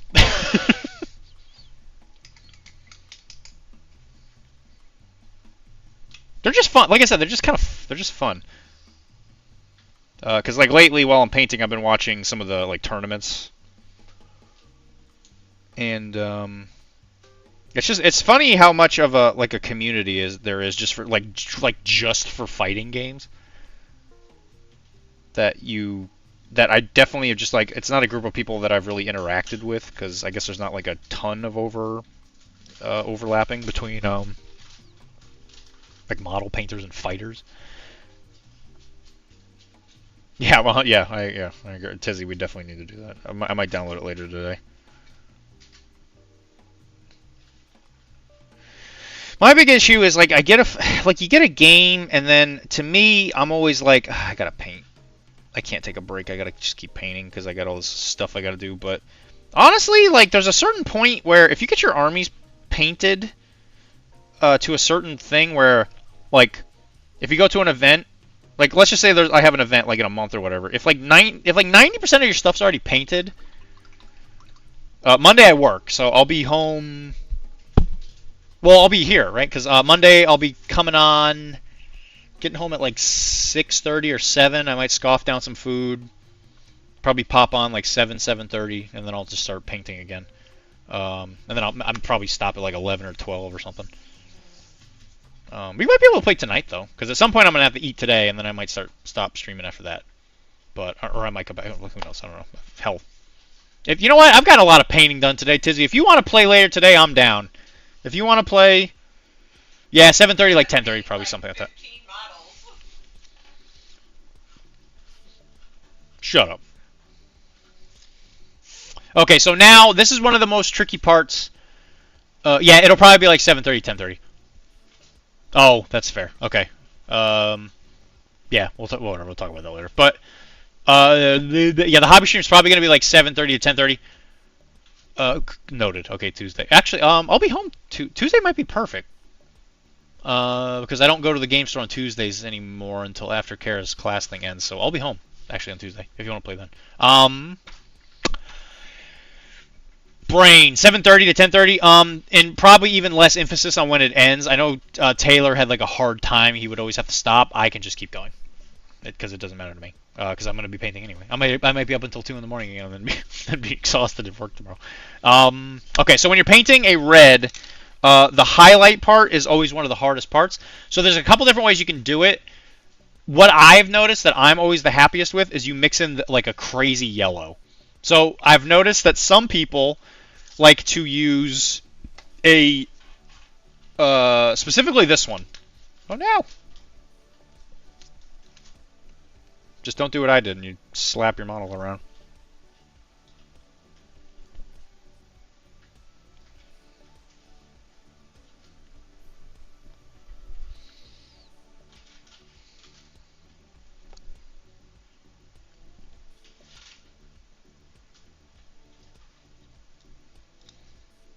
Slap Dan, not your models. Okay, so this is ice yellow. This is a paint that has made its way through the higher level painting circuits. I'm not entirely sure if I really like it, I'll be completely honest. Where what they want you to do is you lay down this color, and then you take whatever red you want it to be. So in this case, it might be the Mephiston red. You water it down, and then you glaze on top of it, and it creates this like really, really like high saturated red, which is cool because it sounds like it like really works out. I have not had much luck with that because I find that I guess I don't know the proper consistency of the red. So what I'll do is I'll take that same yellow, which is either this ice yellow or a cold yellow, which you might notice some similar themings in those. I'm going to use this one just for this example, but what I would do is just mix it with the red. And then I've noticed I like doing that better because it's like less variance, I think might be the right word. But they think their reasoning behind it is that, and also this bottle's busted, so I gotta open it like a caveman. The more you hold on a second on the dad joke. I gotta finish my explanation or I'm gonna lose my mind. I've already forgot what I was talking about.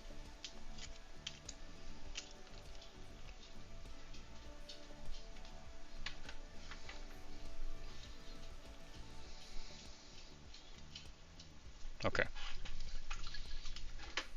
Dad joke coming up. Dad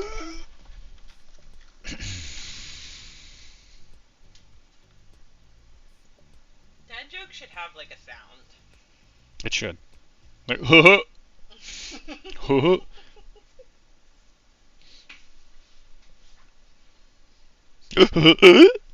Alright,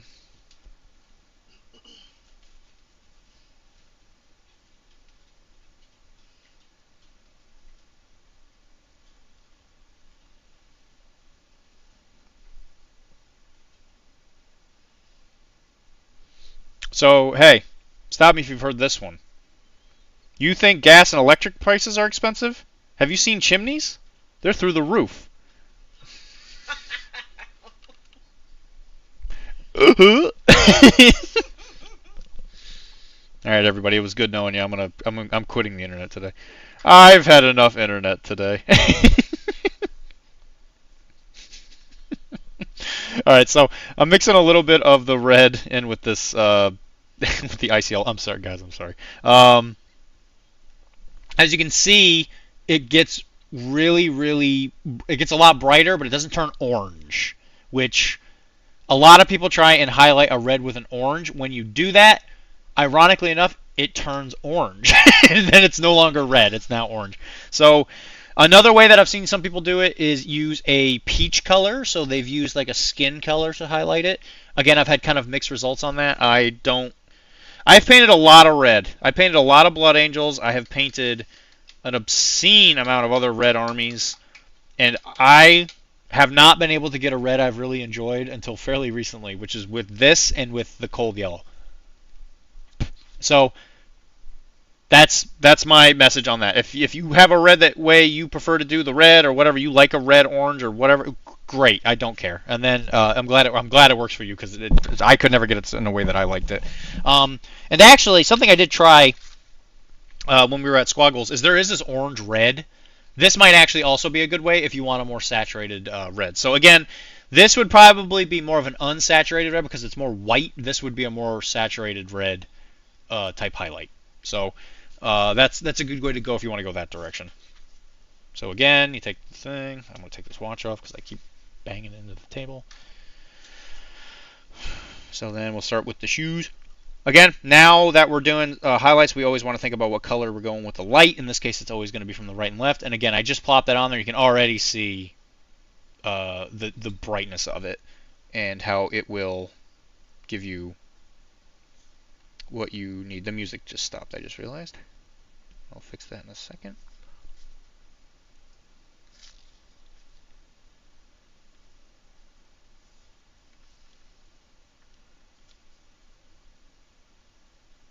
And she is wearing high heels, so you just want to ride the stiletto all the way down because of the way it's shaped. Because it'll have a bit of a concaveness to it. And so this is definitely less saturated red. It kind of starts coming out as like maybe a pink. Might be a good way to put it. Kind of starts coming out pinky. No brain though.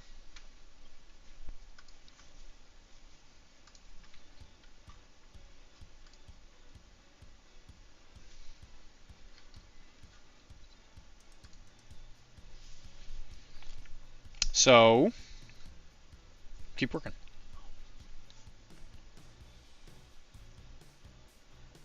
So if you use this as a highlight, this is going to be one of those colors that you highlight where less is more, because you want to keep that nice saturated red underneath it. Again, it kind of depends on what you're painting. This would be really, really good especially with like a metallic surface, or even something that's like a little bit more on the leather side, where it's got a bit of that sheen, because that white will more easily illustrate a shiny surface. If that makes any sense to you.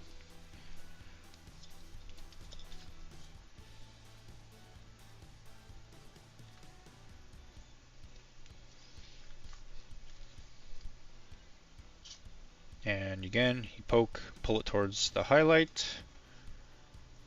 Poke, pull towards the highlight. Poke. Do a little stippling, just kind of poke it in there.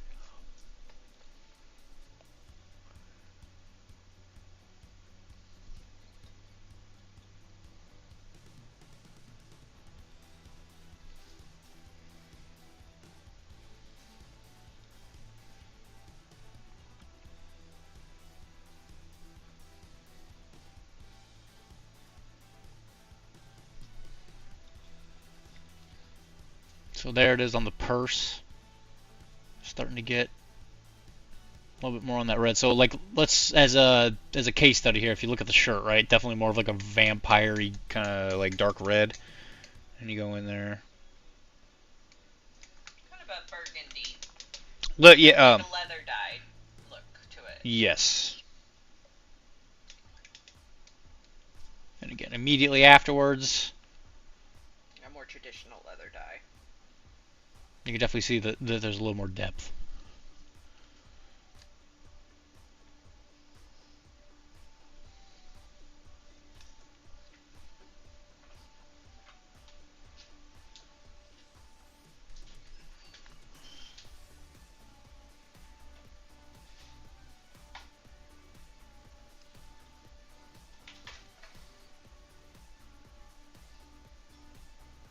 How about Porky Pig saying that's all folks for your dad joke?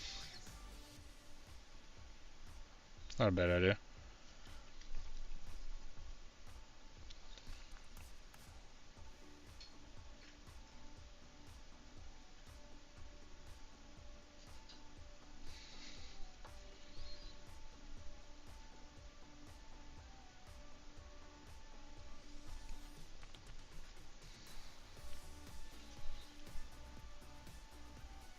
You've been streaming for 2 hours. We should see what other people are working on. So there you go. So now what I'm going to do is I'm going to kind of switch this up based on the textures. So what I'm going to do is for the purse, because that's probably made of leather, I'm going to use more white. And so what that's going to do is it's going to have a bit of like that reflective sheen of like a really like leather purse. And then for the shirt, what I'm going to do is I'm going to put some of that pure ice yellow, and I'm actually going to glaze it with that red just to kind of show you like the difference in style. So I'm going to take some of the pure ice white. Really going to make sure that the less is more on this, so you got to be real careful. I'm going to poke it just to give it a little bit of that tinge on the highlight areas. Leave it alone. Come over to the cuff. Give it a little bit of a tinge.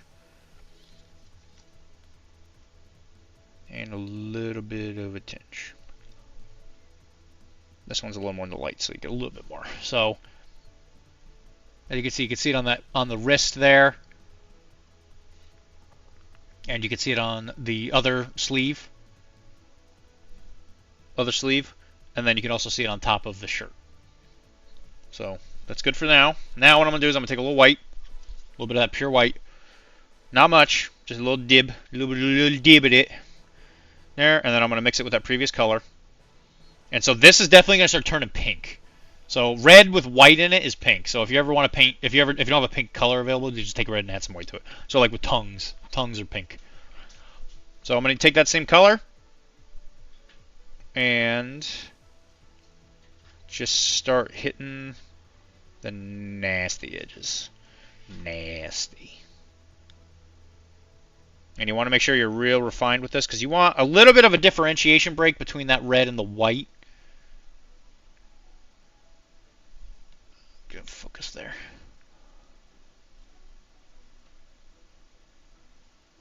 There. You see that? You want to make sure that there's some differentiation between that red and the white just to give it more definition.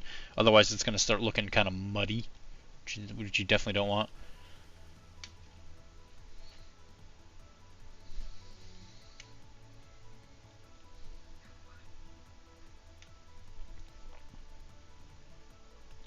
Now this is cool, a good model in that it has hard edges. where like the raised part of that leather is. So it's pretty easy to just kind of slap a highlight on that.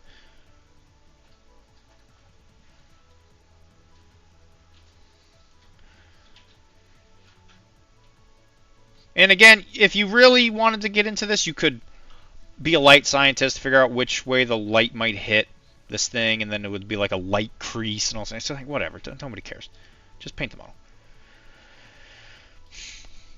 Don't let the perfect be the enemy of the good enough.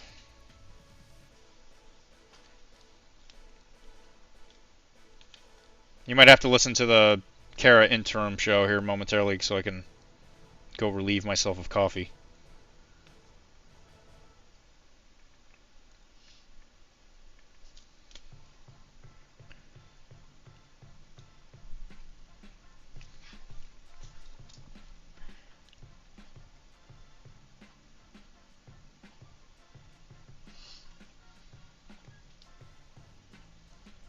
Okay, so in all honesty, it might not even be worth. Oh, the shoes. Yeah, the shoes are also going to be shiny because when I think of the shoes, I think of the shoes from Wizard of Oz. Dorothy? Yeah, Dorothy's red wooby swipov.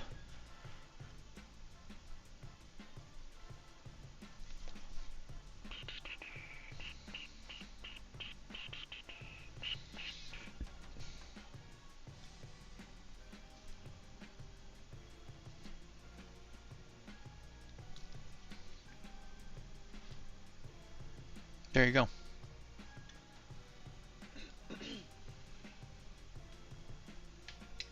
It's a lot more pink on screen than it is in person. Yeah, it's definitely more red. Again, if you look at the dark parts. Burgundy. So obviously the camera's going to mess with it a little bit, but that's the general gist of it. The purse itself, I think, came out probably the best because you can definitely see some like color differentiation there. It helps that it's a larger surface than a friggin' shoe, but Yeah. you know, it is what it is there. So now for the shirt and all that, honestly, I think I might just leave it. I kind of like that yellow. It just kind of works. It just makes it look highlighted without me having to mess with it. So I'm not unhappy with that. Maybe I'll put a little bit more.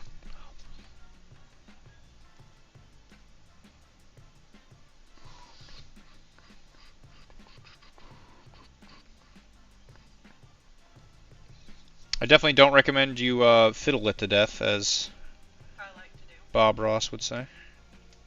There you go. Yeah, I'm pretty happy with that.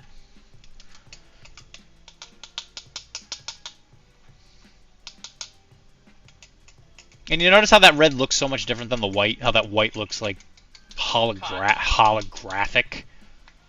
And that's just because the white is like a pretty pure color. Yeah. And even with that, you can still see the shading on it. Like, it just straight up, the camera, it does not like it. Just because of the way the light actually bounces off of it because of, you know, the way white works. Because white is the reflection of all colors. Where, as opposed to black, which is it accepts all colors. Okay, so what are we going to do next? Alright, we're going to go back to the white. So now we did all that before we did the white because we got ahead to finish the red. So now you take some of that pure white.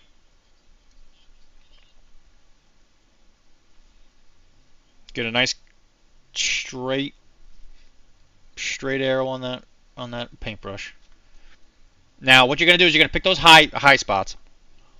So in this case, it's going to be the collar. And just start putting your highlights in there where you want it to be the brightest. Now this is pure white, so anything that this goes on top of, it is going to make look white. So make sure that where you're putting it isn't going to like really break the border of it. So you don't want to do this all the way to the darkest spots or all the way to where like you're trying to like make a differentiation between two different colors, because when you do that, white will really ruin the border. And again, always keep in mind which direction you're going to. Also, as someone who's painted a lot of white with red at the same time, make sure you clean your brush between the red and the white, because it will definitely come out with red tinge to it. Just like laundry. Yes. Just like laundry. So again, let's just center in the screen.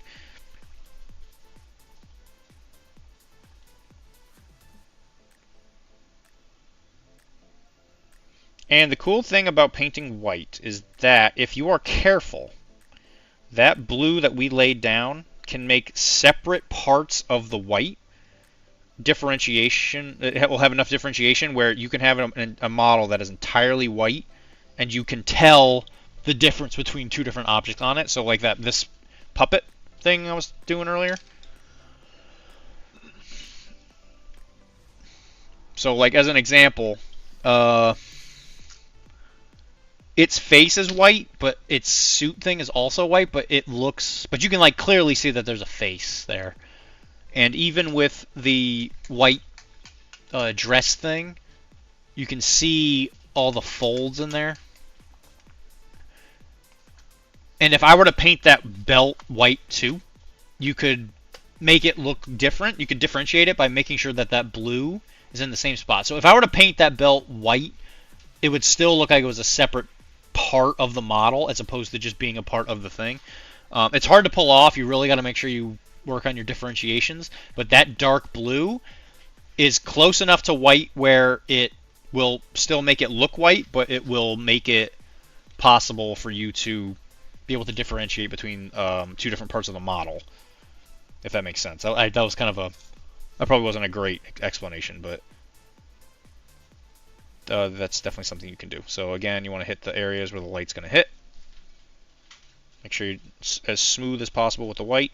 Again, white is a very transparent color because it is such a light color, and the pigment content of white is very small compared to others.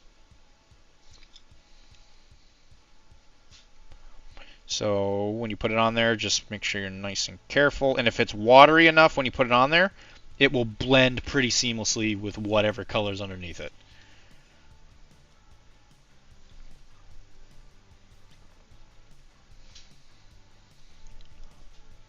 And when you're done with this, you've done it. You've painted white. The same way that Dr.Deee would.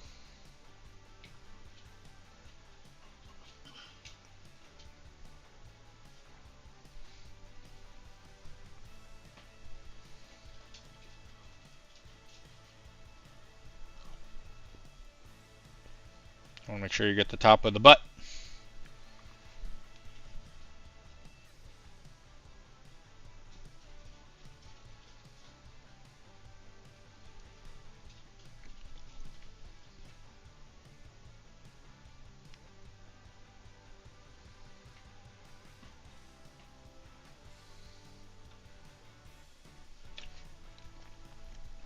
And if there's any areas where you feel like it's too bright or too dark, you always take that mid-tone and you get in there and you can clean it up.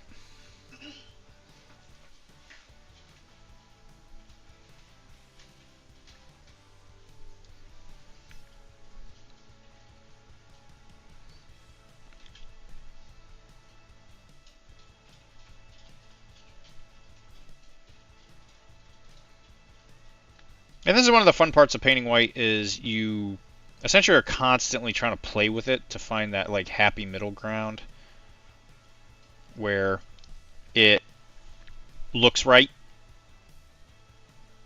And the cool thing about white is since it is so transparent, if you put it on an area where there is the blue, as long as it's transparent enough, it'll actually just kind of bring it up. So you can actually highlight the dark spots with the highlight that you're supposed to use in the bright spots. Which you can do that with a lot of colors. White, ironically enough, I think just does it better because of the fact that white is so transparent. As long as it's not caked on too thick.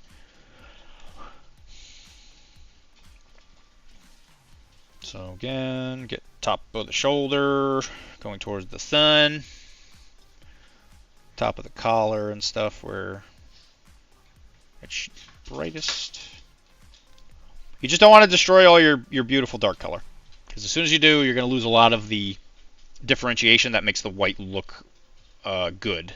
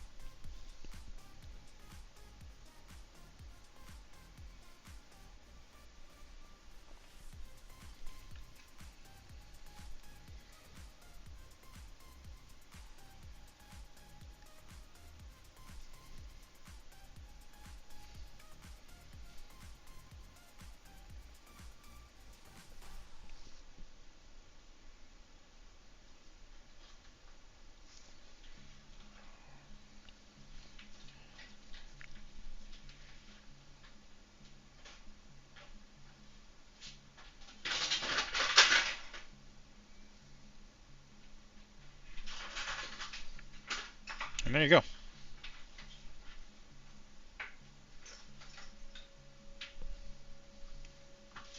So that would be a white I'd be happy with.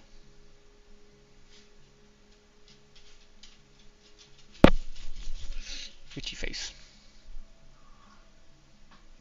And again, the issue that you're going to have with looking at it in this situation is that the rest of the... So the way I look at it is a model is not done until everything's painted, right? I mean, that sounds like obvious, right? But when you look at each individual component of a model without the other areas of it being painted, you have a picture that's essentially not framed, and an unframed picture can look really weird because there's no definition to it. So especially the base, if the base is not done, I don't judge any color on its own. And because if you do, you're going to drive yourself insane just because of the fact that you're going to desperately be trying to get something to look right when there's nothing around it that helps define the features. So this model, what we're going to do is we're going to paint the skin and the gun and the base, and then this model is actually done. I love models that are simple. Jesus Christ. So what we're going to do is I'm going to teach you guys how to do some sheen, which is this model will look like it's wearing a fishnet. And thankfully you don't have to paint little tiny lines, because I've tried that before and it looks terrible. So what you do is you're going to paint it the color of the fishnets. Usually fishnets are black, so we're going to just do some simple black fishnets. I'm going to use Chimeric's Carbon Black. It's just a good black in general that I enjoy using. I continuously push this model. So this is going to be a good cleanup phase, where I'm going to take the black and I'm going to cover all the spots that just need a little bit of cleaning. So like the base, I had to prime this model a color that was like a dark, super dark brown. So I airbrush, I forget what I did. I did something where I don't usually do it, and this got a little speckled. So I'm just going to use the black to make that actually fully black. Also, the little thing she's standing on is from Death Ray Studios. They make great little model, like I forget what they call them, the toppers. They make really, really good toppers for lots of different games. This is the Infinity one. This game, Cyberpunk, uses a weird base size. It's like 26 and a half or something. There's nothing quite like it. It's the only base size that for any game. It's the only game where it uses that base size, as far as I'm aware. So the base topper itself is made for a 25 mil because I was using it for Infinity. But I've noticed that if you just kind of put it a little in there, it kind of just frames it, so it's not like a huge deal. Thankfully, this game doesn't have anything like facings or anything, so you don't have to worry about the model being like perfectly placed inside the base.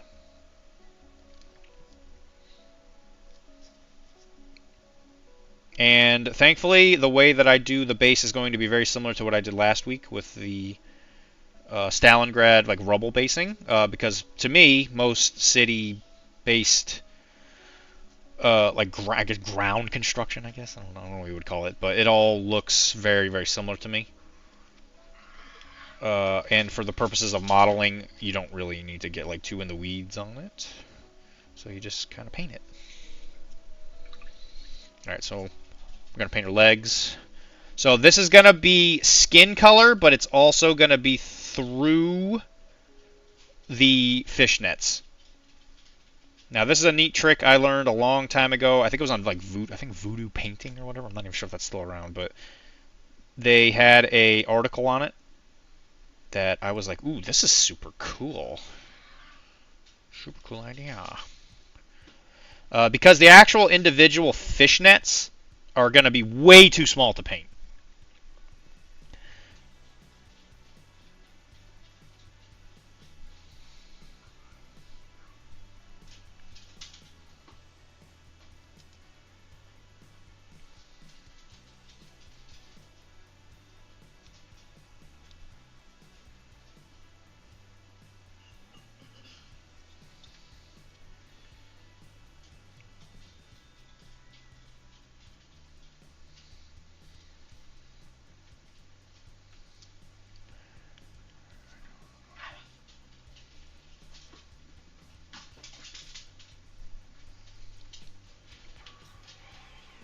Just want to make sure we don't ruin the shoe. I worked very hard on that shoe.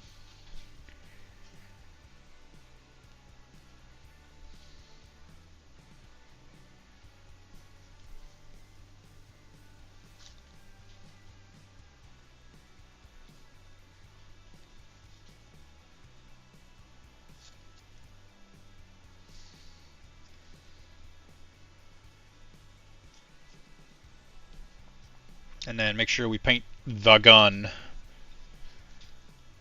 black. Now, in the Cyberpunk universe, you could probably paint them whatever color you wanted, in all honesty, because of how the gangs and all that stuff work.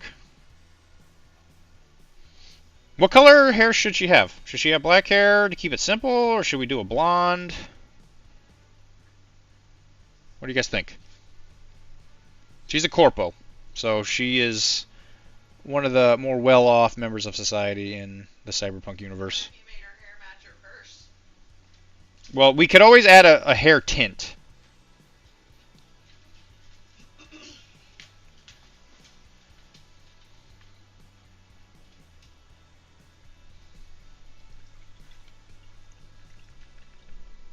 There we go. Obviously not a huge difference, just kind of cleaning up. Blonde to teal tips. Done. That's actually something I do quite a bit. That's a very common paint thing I do.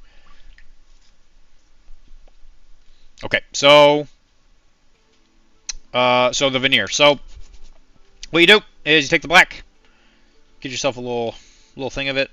This is a super neat trick, especially with women of the night type stuff. Well, Faustinian, you're the only suggestion that matters right now. I mean, democracy. You know, you gotta vote. You gotta vote. If you don't vote in a democracy, your vote doesn't matter. Because you didn't. Go out vote this November. So then what you do is you're gonna take a skin color. So this is a basic skin tone. You don't need to worry about like highlighting this like you would like a normal skin. That's true, Faustinian. That's I don't think anyone could argue with that. Actually, I think I already have some on here. So yeah, but just so you know, the color I'm going to use is going to be basic skin tone by Model Color, Vallejo. We're just going to get this one right here. So there was already some on my palette. I was painting some stuff earlier. So I'm going to put it over here by the black. And what you're going to do is you're going to create the illusion of a highlight by using the skin color as the highlight color. So what does that mean? You're going to take some of your skin tone and you're going to mix it in with the black. Now, you got to be pretty gentle on this because this is another one of those things where if you go too fast, it'll ruin the effect. So then you get like this kind of color here. It kind of looks like a gray. It looks like gray right now. That'll change in a second. So again, wipe off a little bit of the excess. Think about where the highlights are going to be. So with when you think of fishnets, especially the ones that are much more on the black side, you're going to notice the skin color mostly where the meat of the body, I guess, is more poking out, which is going to be like calves, knees, and the shin bone. Kind of. So, again, I'm going to start on the calf. So the meat, don't worry, they're not actually killing each other. So you are actually going to essentially highlight the black with this new color. And because remember, we're not really like highlighting it, we're kind of doing like more of an effect. So if you are doing this, you don't need to do it like in the more stereotypical way of how you paint stuff. Now what you could do is you could paint the black stereotypically, or not stereotypically, more traditionally, where you just highlight it with like some grays or blues or whatever you want to do, and then you could do this on top of it. That might make it even, that might be more like paint competition worthy, but right now we're just kind of doing it down and dirty because we got stuff we got to do.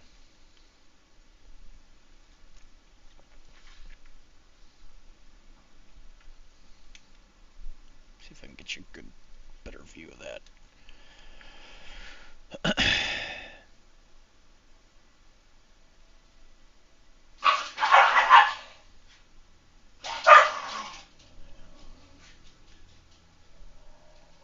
So again, a little bit upper thigh. You want to make sure you get the knee if it's exposed. And this is just because the skin in this area is going to be up against it the hardest, I guess. That might not be the right word, but it's the stuff that's going to poke through the fishnet the hardest.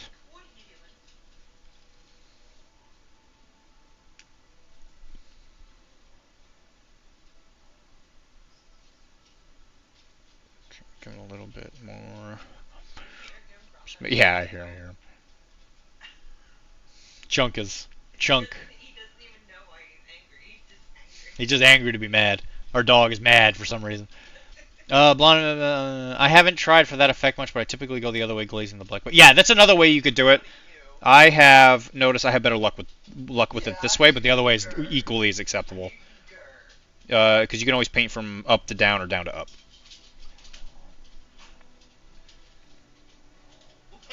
What is your problem? What? Junk is on the warpath. What is your problem? And again, get the top of the foot, just to give it a little more on the differentiation side. Lay down, be quiet. You sound like a There silly you go. old man. Lay down, be quiet. So that doesn't look like a whole lot. That just looks like a regular old black highlight. So now we're going to take more of the skin color, mix it in there.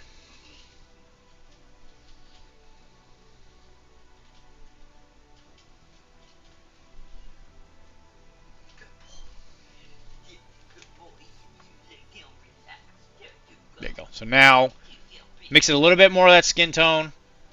And again, as you can see, it's starting to turn more and more of just like the pure skin tone color.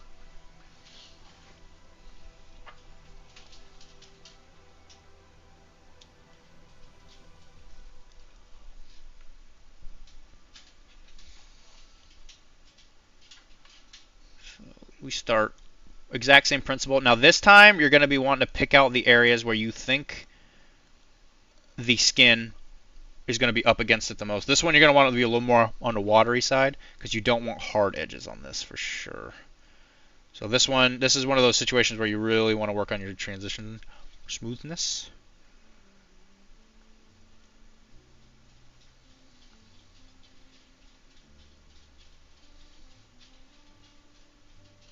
And again, when you start doing this, it's going to look like butt at the beginning, which is normal with everything you do when you paint.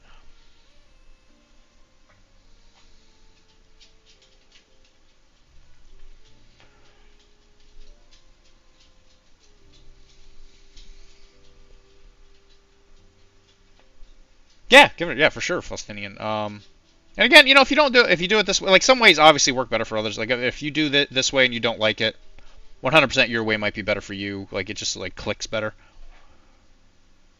Which yeah, 100%. Nobody's wrong in this case.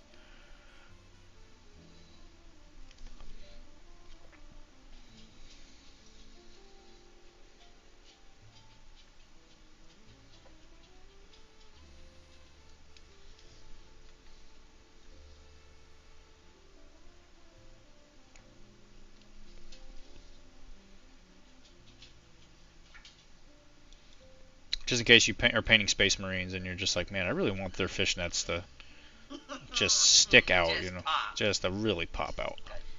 Sexy Space Marines. Parse first. Best. He does. He's swinging that sucker right in there. I'm on my way to work on the moon. Parse first, moon.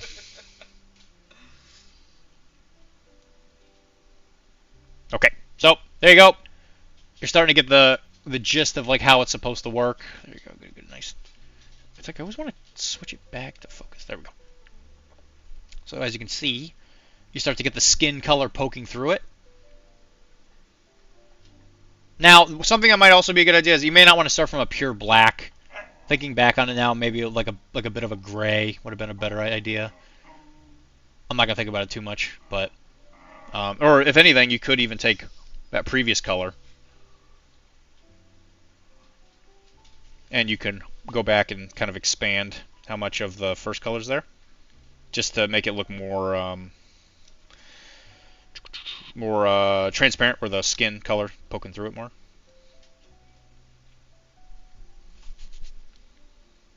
And you just kind of play with it, figure out where you like. What do you think, Kara? What does it look like?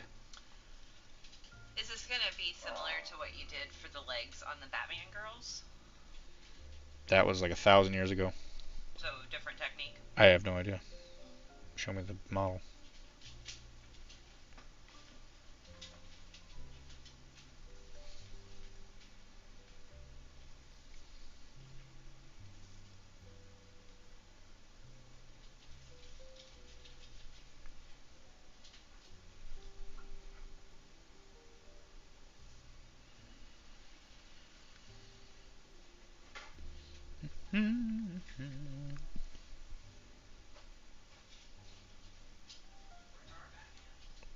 They're kind of they're in different boxes. If you're talking about the Two-Face stuff, it's in the display cabinet on the other one.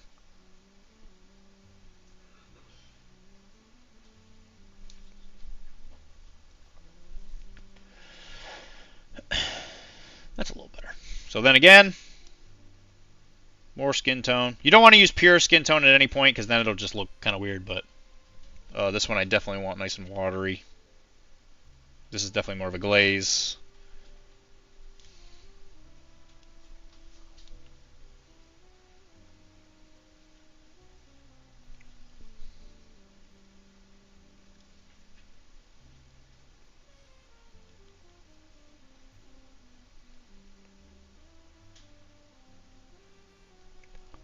Been a hot minute since I've done this, apparently.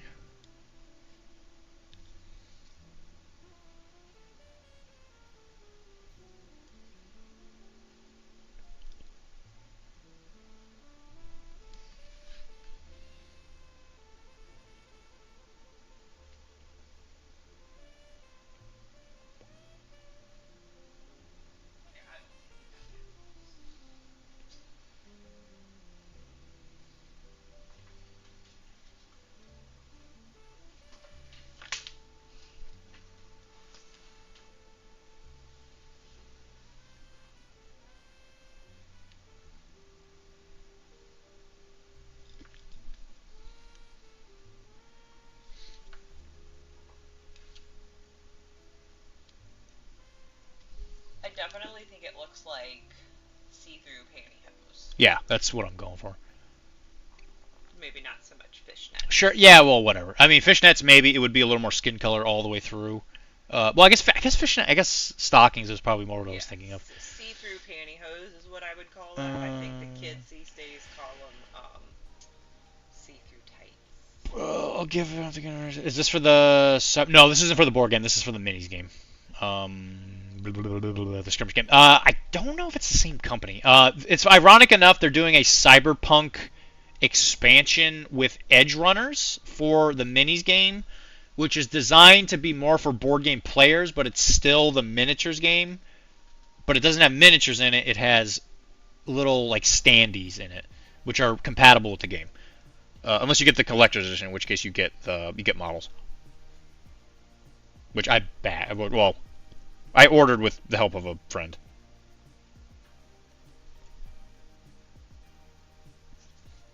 Yeah, I guess Kara's right. I used the wrong word. It's probably this is more of a stockings. Pantyhose. This is more of a pantyhose thing. Or see-through tights, as the kids call Yeah, them. that's what I was thinking. I guess fishnets would be more like wires. Yeah, crisscross net. Yeah. Okay. Yeah, that. You're absolutely right. That would be difficult to paint on a model. That would be like a third of the size of what you did for my Harlequin model. Yeah. My God. So then a little bit of that. For the With a very big edges. stencil. No, there's no way you'd have to be painting something so insanely small. A stencil would be really hard to get in there.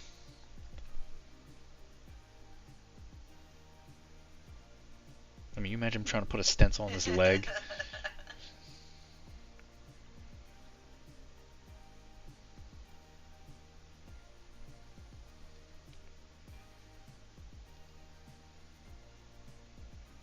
Although I think it gets the point across.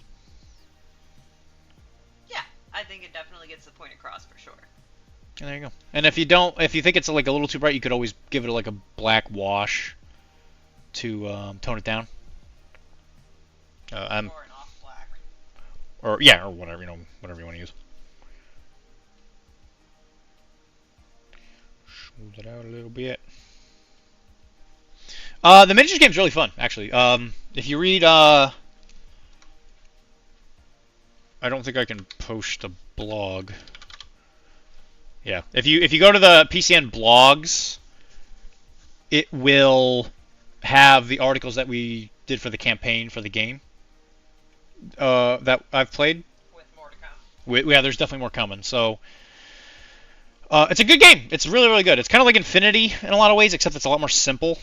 It does not have the weirdly unnecessary complexity that some of Infinity has. So if you like a good, quick miniatures game that you can slam out in 30 minutes to an hour, it's very good. Yeah, it's definitely one of my favorites. And the guy that designs the rules is a very good guy. He's got a lot of tenure. I've actually met him in person now. He's worked on a lot of some of my favorite stuff, which I was very surprised by. And the game is very good. Yeah, 100% worth taking a look at. And it's cheap too. Like you buy one box, you got like 100. I think it usually comes with like 100 eddies, and then after that, you little room to expand. You can make a gang easy with pretty much everything you need. Like less than 150 for sure. I'd be surprised if it's that much either. All right, so we're gonna do black. We're gonna do some black highlights on the gun.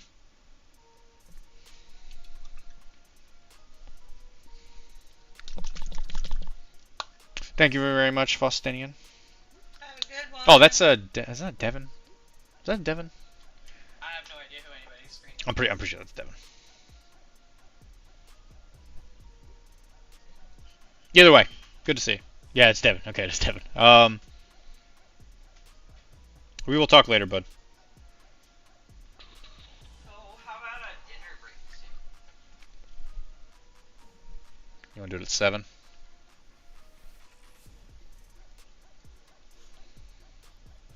Stream for another hour. Yeah, and then I just won't come back. Does that work? Yep. Maybe we'll play Street Fighter. Maybe. If we stream us playing Street Fighter, then I just have a camera and a microphone. To see you? I took your old paint streaming camera.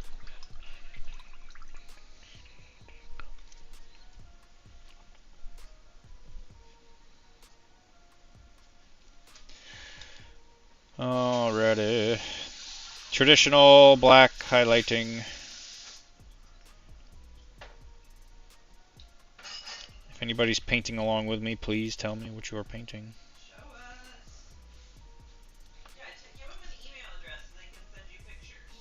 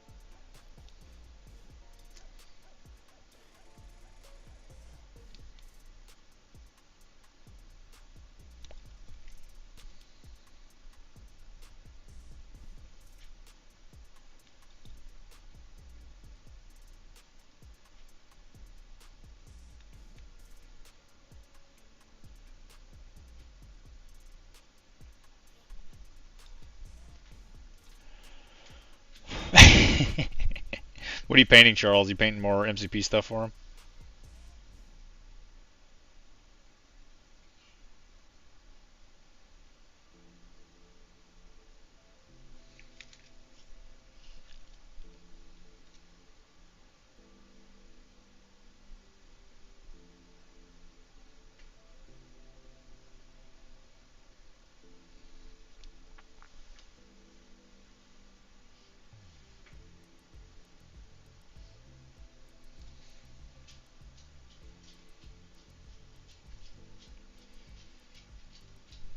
Actually, ironically enough, Chuck, I was also painting a Gwenpool not that long ago.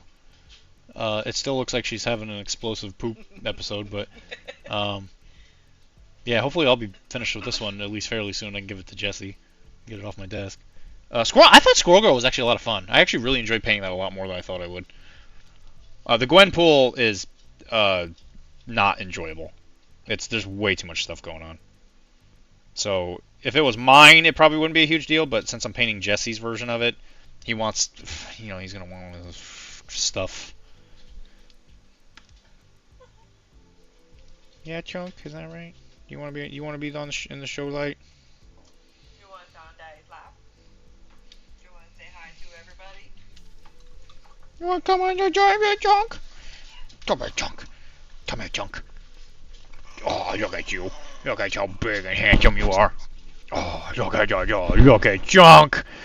Look at those chunky monkeys. Dad's a cutie pie. Yum, yum, yum, yum, yum. That's right, Chunk. Oh, look at that. Look at that head melt. Yum, yum, yum, yum, yum, yum.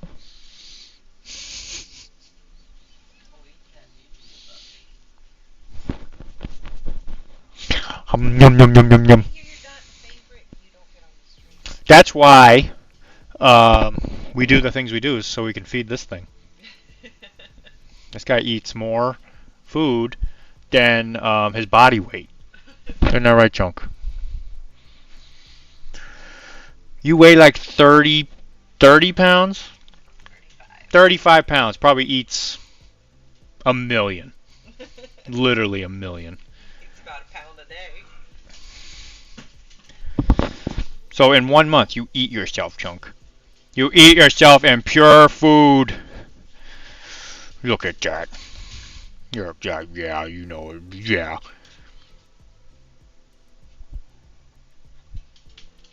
Oh, thank you. Okay, Chunk, we gotta work. We gotta get back to work. Get down. Come on. Come here. There you go, buddy. Good boy, Chunk. Okay. Back to the whip. We were highlighting black. That's what we were doing.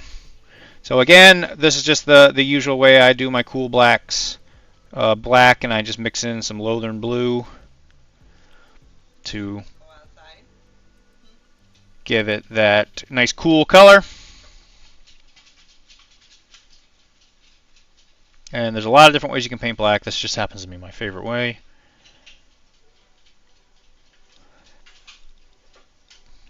Like, I used to paint more on the realistic side, but then as I've gotten more experience, I noticed that I've tended to veer towards that comic booky high contrast type thing, which is not right or wrong. It's just the thing that I've noticed that gets me the most praise, I guess. So you follow the path of least resistance.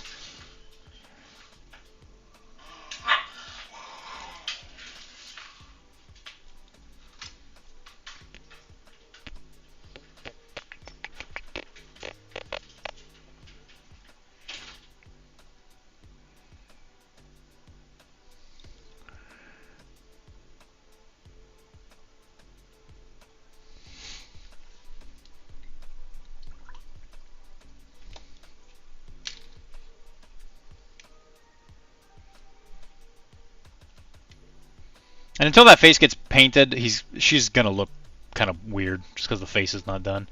But it's starting to get highlighted, a little bit of pure white. Slap it into that color,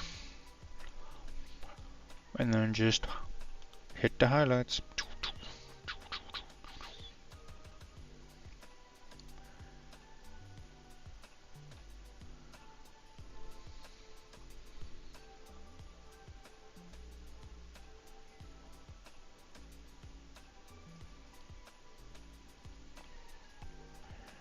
And when you're doing the pure white, you just kind of want to hit those edges.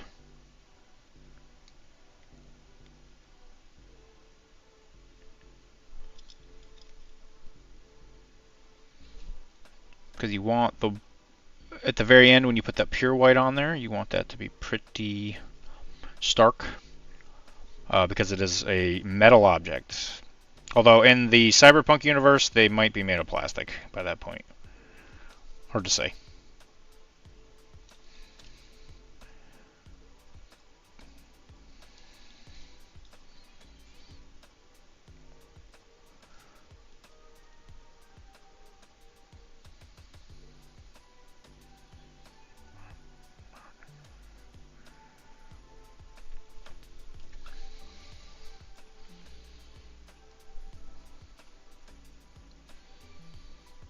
And there you go. That's what that looks like. Lots of definition on the gun. Alright, we're getting close to being done. So we gotta paint the face. This is a female, so I like to go a little bit lighter on the undercoat because it helps retain that female, like stereotypically speaking, females have like lighter skin than males in a way that makes them look like more feminine. They're like less harsh, like harsh looking. Males usually have higher bone definition, I guess. Obviously not always the case, just more on a generically speaking account. Like things like Adam's apples and stuff. And you can represent that by having a lighter base coat.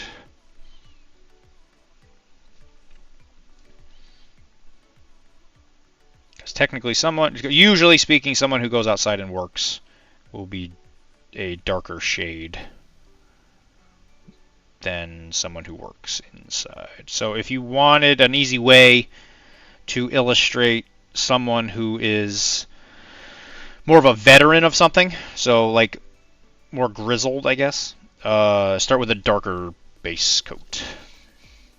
And that's a kind of an easy way to trick the brain into thinking that whatever they're looking at is a little bit more ragged, I guess. Have you ever looked at Tim? He's like Casper the Friendly Ghost. He hasn't experienced hardship a single day in his life.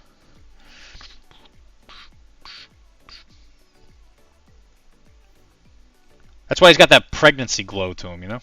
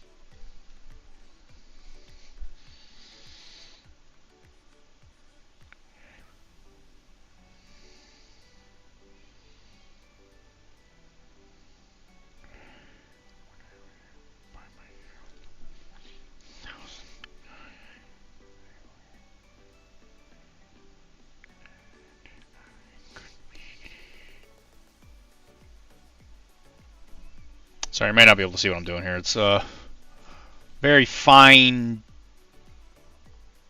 areas here, and I just want to make sure I get the paint in the right spot.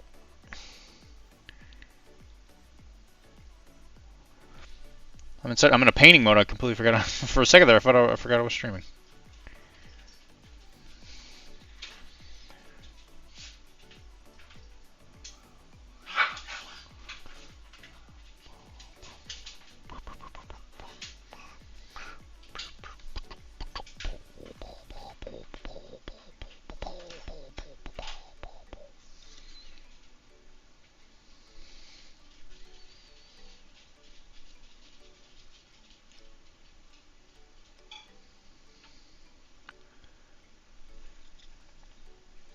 Really liking how this is coming out.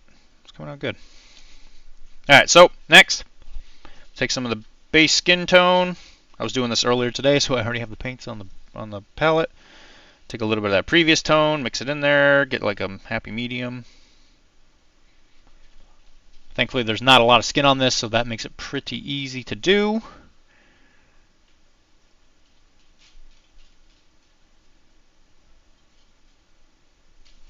And when you're doing skin, nope, excuse me, gonna sneeze.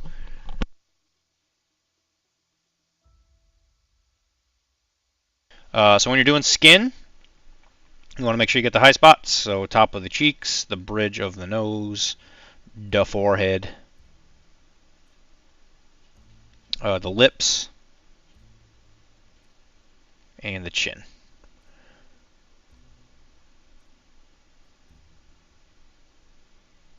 And with the mid-tone, you might want to work your way down the chin just a little bit to the I guess the jowls area.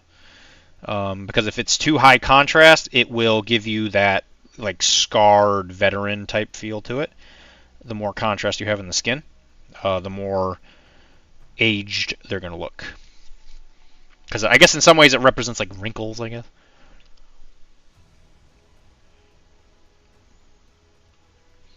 Get the top of the fingies.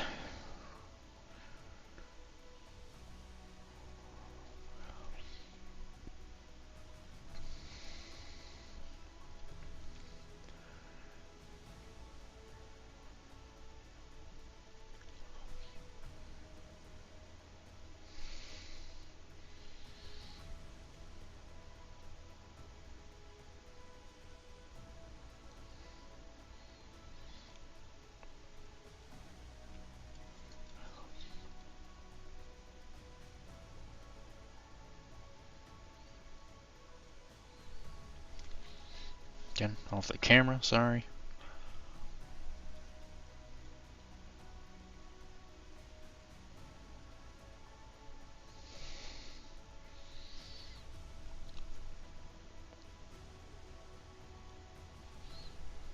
Oh, let's just get this closer to me.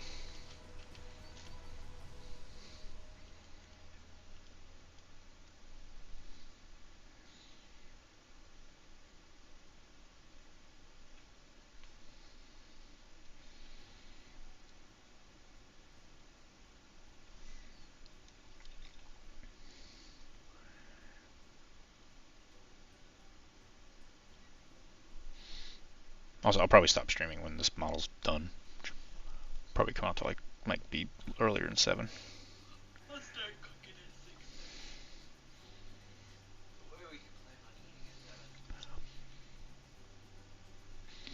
6. Alright, next. Pure skin color. Same principle. Hit the top of the nose. Hit the forehead. Cheeks.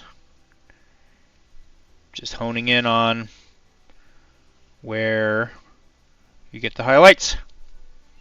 Leave more of that area in the jowls area to the color that you used previously. You don't want to cover it up.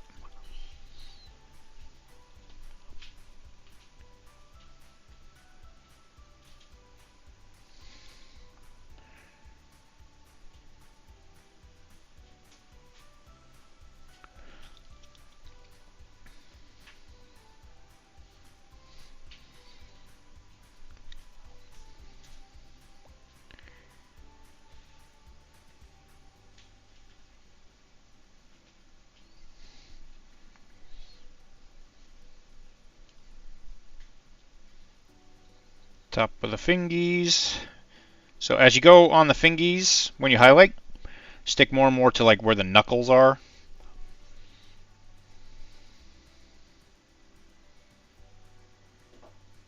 And if you can leave some of that previous color in between the fingers, you'll get much more definition in that regard.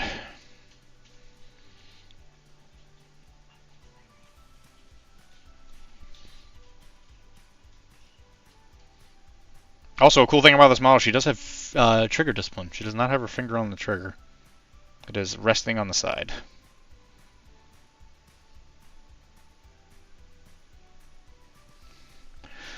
Okay, then you get the highlight, just down here. Mix it in. Same verse, same as the fur. Start hitting the highlight areas. And once you've done this 7 billion times, half the time you don't even realize you're painting anymore. You kind of go in and out of consciousness. as I'm sure Charles can attest.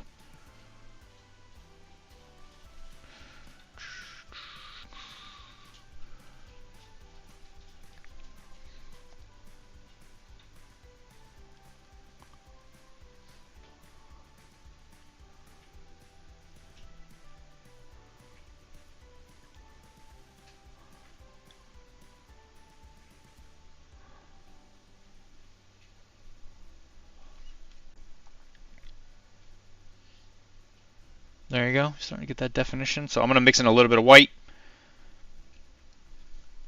just for some extreme highlights. So again, bridge of the nose, brow line, closest cheek, top of the closest fingies.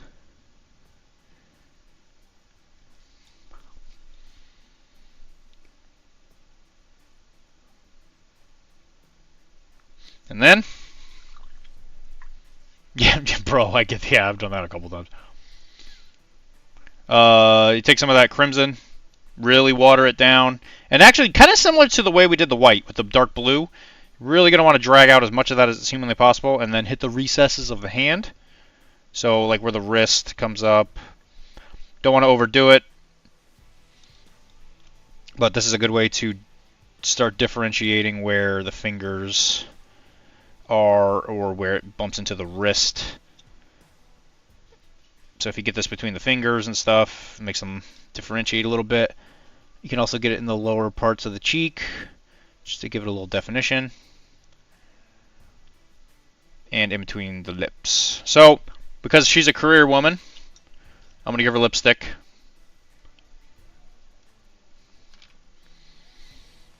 I'm going to take some of that pure red. I'm going to take a real thin brush. And when you're putting lipstick on a model, you only want to aim for the bottom lip. Because if you put too much on the top lip, that's when you get clown.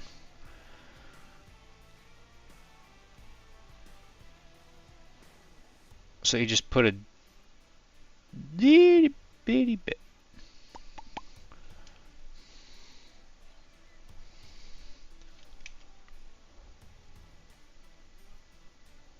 And there you can go. You can kind of see that lipstick right there. You want to lipstick is definitely a less for more type situation, just because of the fact that if there's too much going on, you will get clown. And if you're feeling especially brave, what you can do is you can take a little bit of white, mix it with the red, and you can like dab the lip to get a light shine effect. But that is not necessary. That one can be model scale dependent.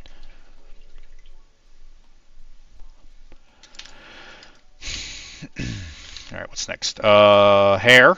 Now we're definitely honing in on the end here. So we're going to do the hair. It was blonde. We were doing blonde. So, hey, look. Blonde is yellow. So guess what color's coming out? Actually, you know what? We'll try this. We'll try Tau Light.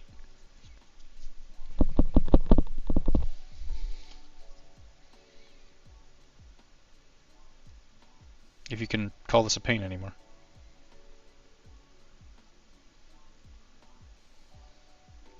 Never mind. This is not a paint anymore. So, Scrag Brown. All reliable.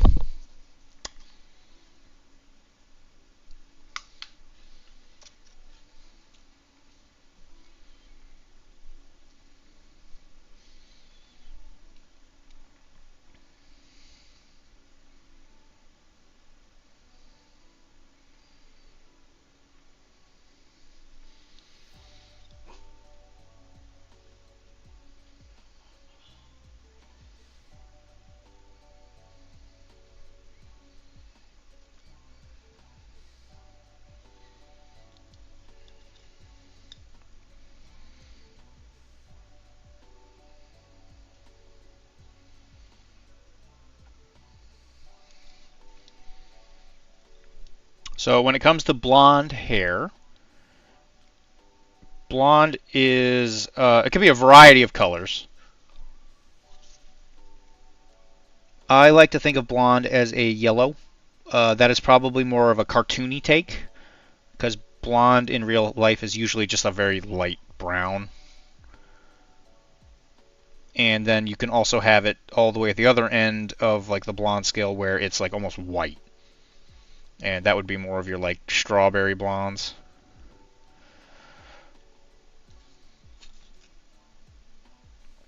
Which, if anything, let's try that. Let's try and go for like a more strawberry blonde.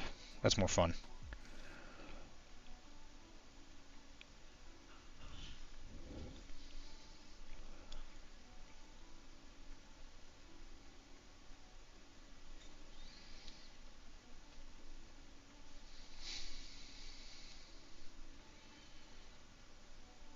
Did Tisdale already leave?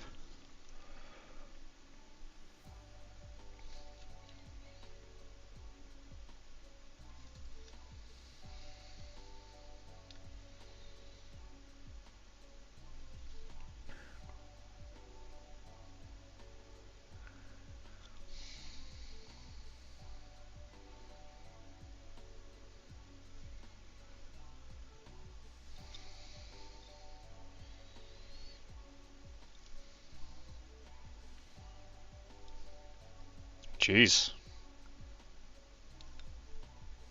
That wasn't very... That's not cash money of him.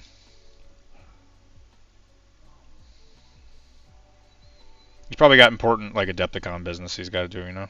He's too big. He's too big for us.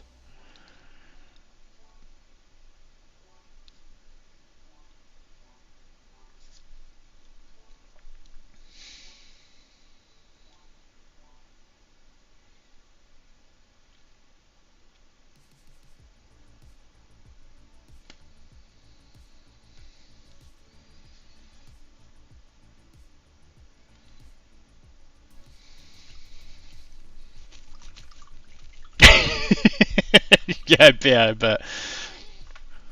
Alright, well, let me look at a reference. That's kind of a strawberry blonde color, right there. That brown mixed with that cream color. A little bit more. I would say maybe if it was a true strawberry blonde, it might be a little more red in there, but it's pretty close. So what we're going to do is start working this. So whenever I paint hair, I like to use the side of the brush. At the beginning, it probably doesn't matter all that much. The side of the brush is just good at picking up the ridges, which for hair is important because if you want to have good... yeah, no kidding on the sub-assembly thing. I definitely regret not doing that. But I'm not much of a sub-assembler guy myself. I probably wouldn't have done it anyway. I just like to suffer. Use the side of the model, or the side of the brush, because especially when you get closer and closer to using the pure highlights, because when you do that, it's better at picking out the hair strands, because you definitely want the deepness of the hair, because you're going to need all of the contrast you can on the hair, because usually when there's hair on somebody's head, there's not like a ton of it, so you got to use all of the space you have available to you. And hairs also can be shiny, so there's a way to add some like gloss to it in a way where it looks like it's a reflective surface, which is a good way to help get more out of it. So like that, the front of the hair here is a really good example where she has like these two strands sticking out here. You just hit it with the side of the brush, and it's a really good way to highlight it in a way where one, it's clean because you don't have to worry about having paint spillage, you know, hitting places you don't want it to.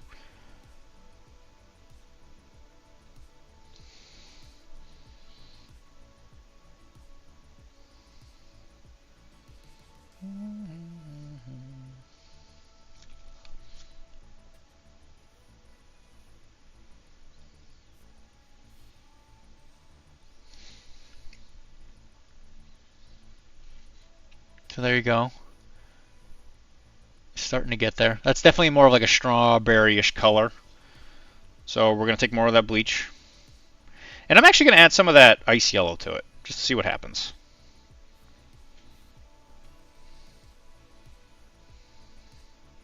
Okay, that's taking it more in like a platinum-y blonde type direction. I like that.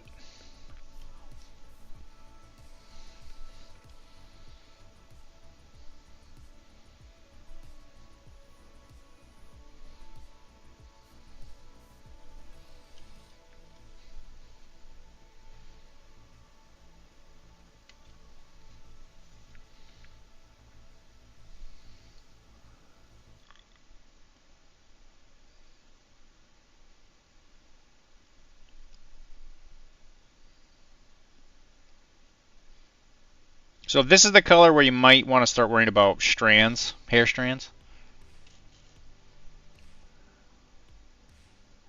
So just make sure that when you're brushing it on there, in a weird way, it's kind of like dry brushy in a lot of ways. Where if you're using the side of the brush, it's going to hopefully stop you from slithering paint into the deeper parts of the hair.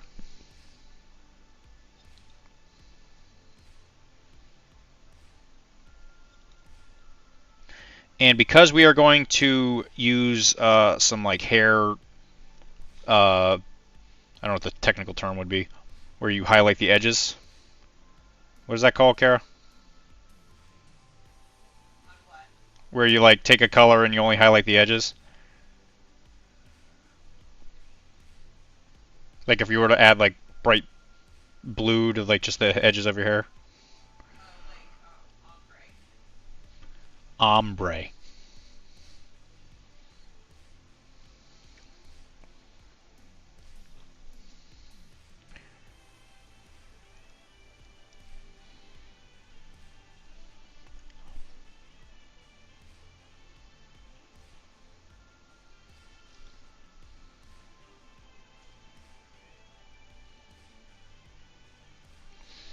And a good thing to keep in mind is at the very top of the head, where the hair like naturally folds into the scalp.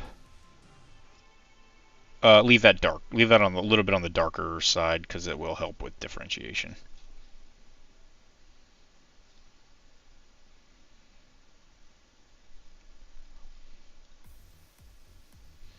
Oh, Chuck, when have you been working on the video tutorials?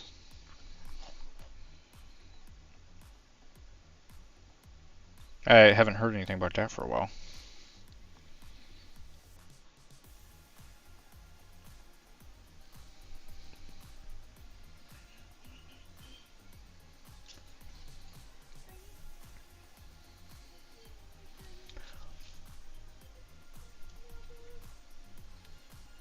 So there you go. Starting to turn blonde.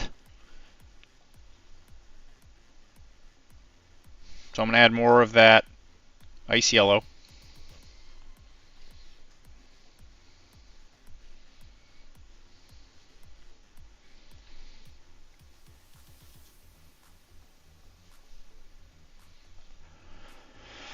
Okay, so now just hit the very, very edges.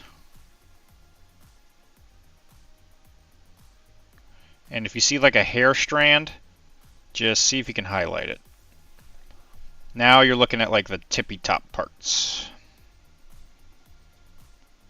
So this is the one where you want to kind of be picky.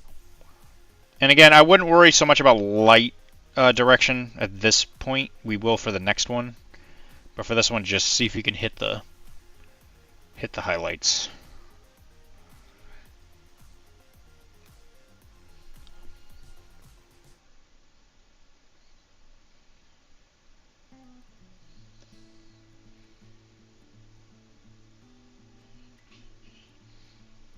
And if you guys are just joining and you have not been able to catch up on how to actually paint white without fear, I will eventually make a tutorial for it.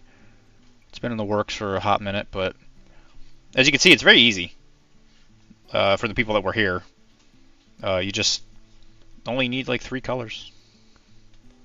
And you get yourself some very impressive white. There you go.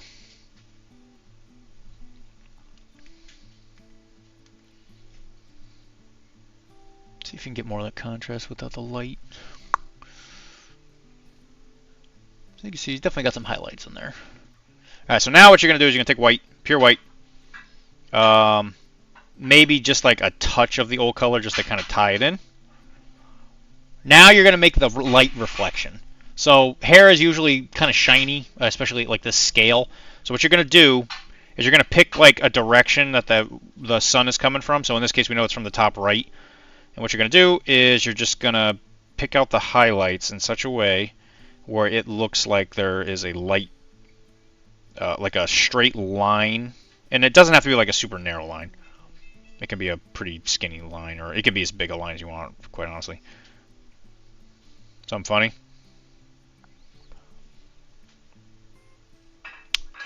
And you're going to mostly pick out the top of the head. And then what I do is I pick a direction, like so, like there's going to be the line, and I'm just going to highlight it in like that specific little line with the height, with the strength of the highlight being strongest on like where it's highest up, so like up near the top of the head. So then it's going to be like that line, so we're going to act like the line is coming this way. And I'm going to do the same thing, just go to the other side.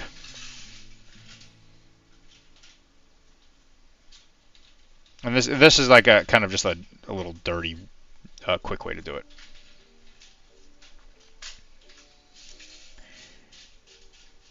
And then I just kind of fill it in to make it look like there might be like a sheen.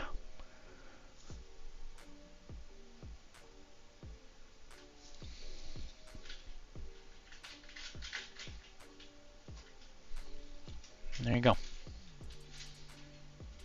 That's how you paint like a strawberry-ish, champagne-y type blonde. Reminds me of the mom from Resident Evil 2. Sherry's mom, the doctor, Birkin's wife. Okay, so then what we're gonna do is we're gonna add that teal. So what you do is you pick whatever color you want. I'll use turquoise. Well, I guess yeah, turquoise is kind of tealy.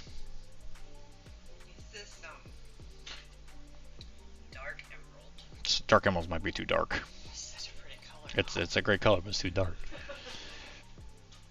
Alright, so I'm going to use turquoise from Monument Hobbish. Turquoise. So it's a pretty aqua-y type blue. And again, we're going to take some of the paint. We're really going to water this sucker down, because we are not going to paint this traditionally. This is going to be a glaze. Because technically that's kind of what it is doing in real life too. You're not changing the color of the hair, as in you're just kind of coating it in a color.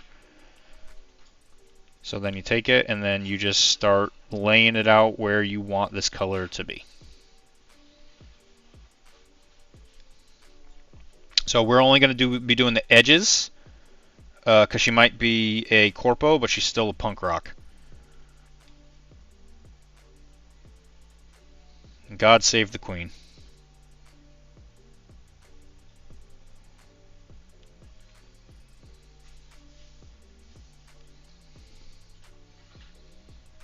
And again, you don't necessarily want this to be a wash, but it's definitely not super thick paint. And you can make this as big or as small as you think you want it.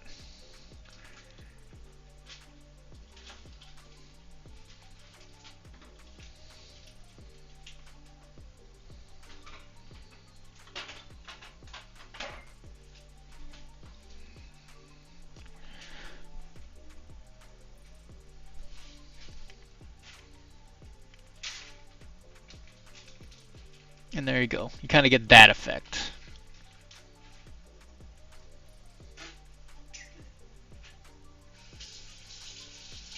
And what you could even do is you could take some of that previous blonde color and go over it a little bit, just to help break up if it took away too much of the blonde color to it. And if it's all watery enough, the color might even like give it a bit of a highlight, because the blue will kind of start to steal it, because they'll start to like bleed together. So that's a good way to highlight something real quick, real like wet blending type highlight.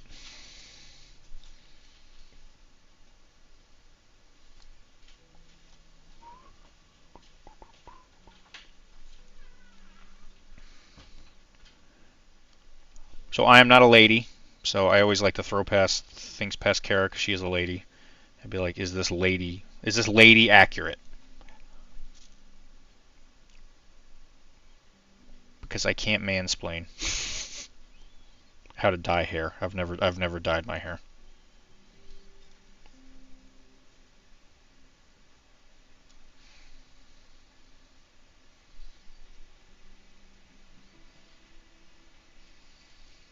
And then again, this will pop up better in the picture. So if you're in the Discord, I will post a picture of this so that you can see it.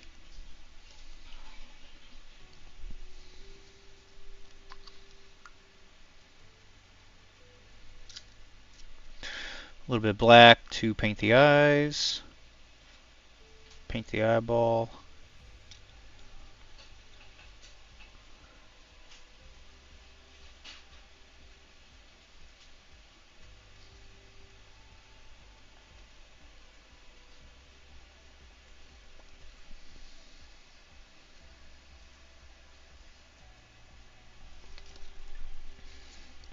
Alright, do the base real quick. We are definitely reaching the crescendo. That brush is donezo. And for this, for like the dry brushing type stuff I'm going to do, I just find an old brush that's definitely had his day in the sunlight. Maybe a little too much sun.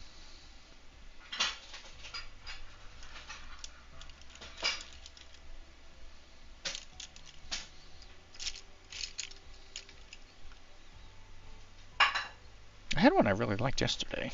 Where the heck did I put it?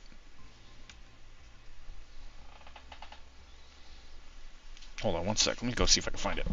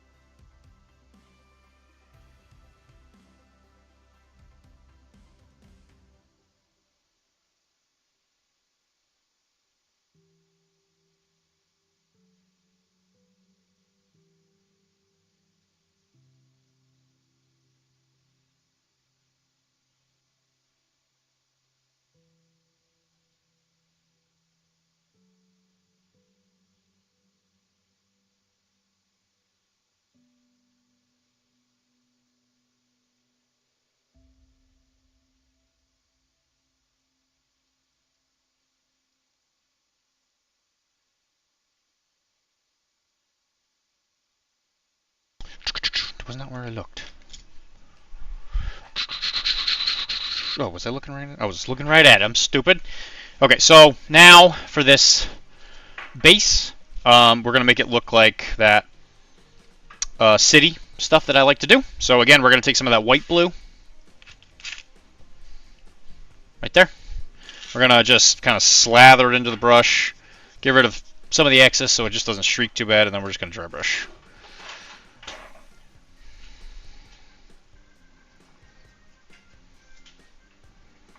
Now I'm going to leave that grate alone. That one I'm actually going to paint. That one, that and the edge, so like the thing that goes along the edge of the road, I'm actually going to paint that yellow. Just to kind of give it a little bit of a visual difference.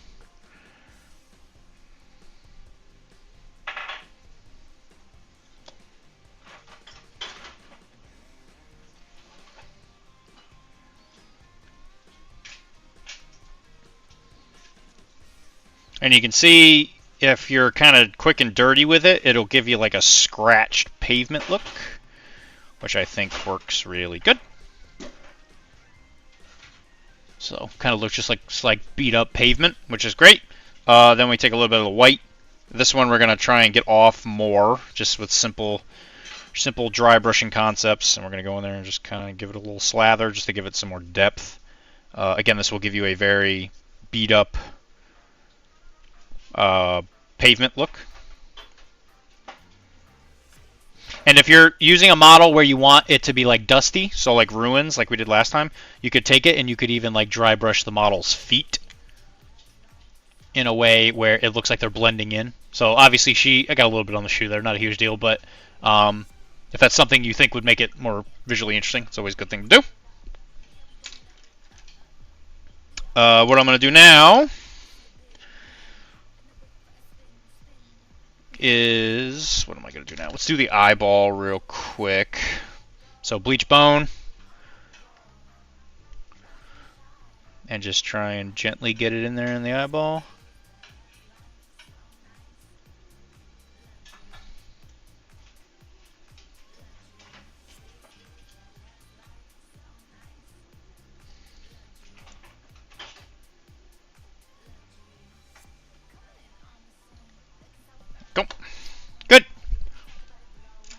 we'll do an eyeball in a second once it dries with a micro pen. Until then, we're going to use this brown. And we're going to highlight this. Or not highlight, I'm sorry. We're going to base coat that line. Anything that we're going to paint yellow.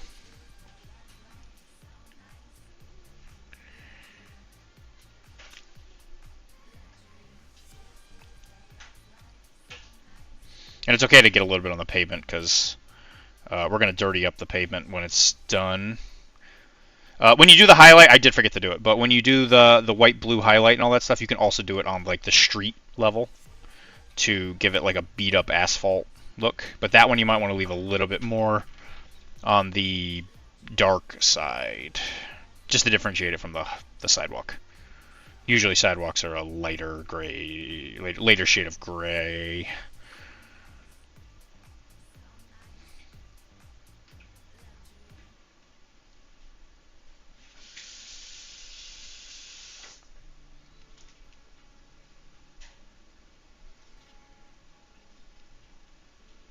So if anyone has found any of this helpful, good. You can find more of the stuff I've done on the PCN website. I've done blog articles where I've gone over a couple different colors. Hopefully more to come, which I will obviously teach here when I paint. Whatever you say, Tizzy.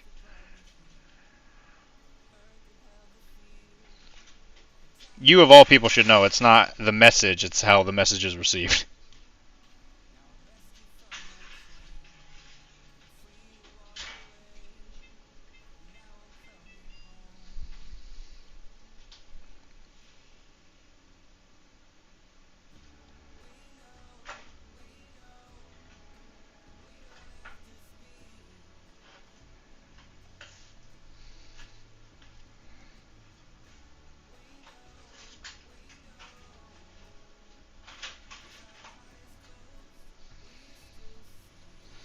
Oof, oof.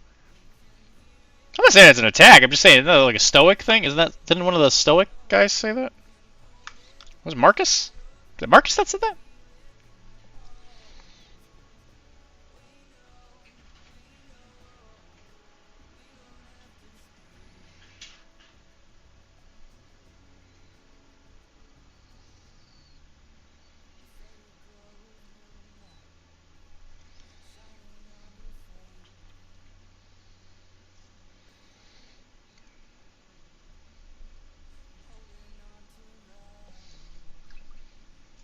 Yeah, it was Marcus, right.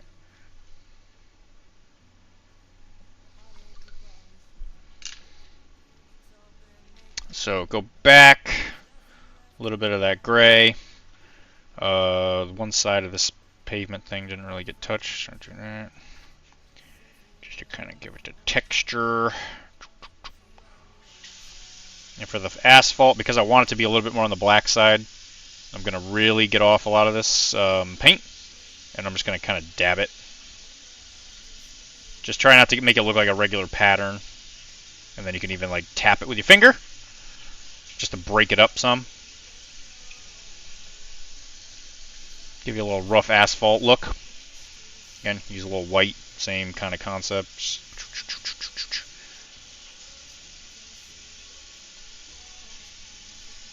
Maybe even change the angle of the brush so that it doesn't look too regular.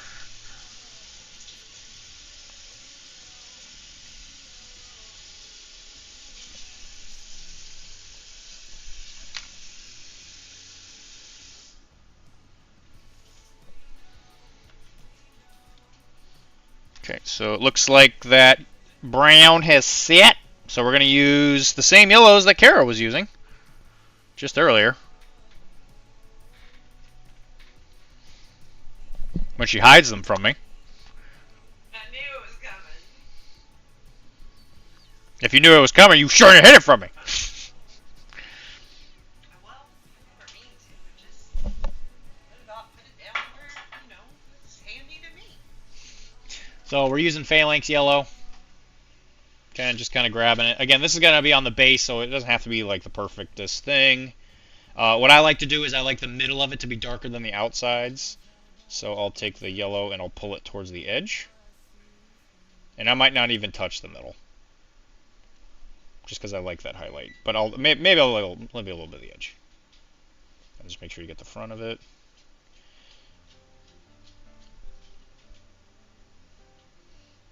It's almost dinner time, yes.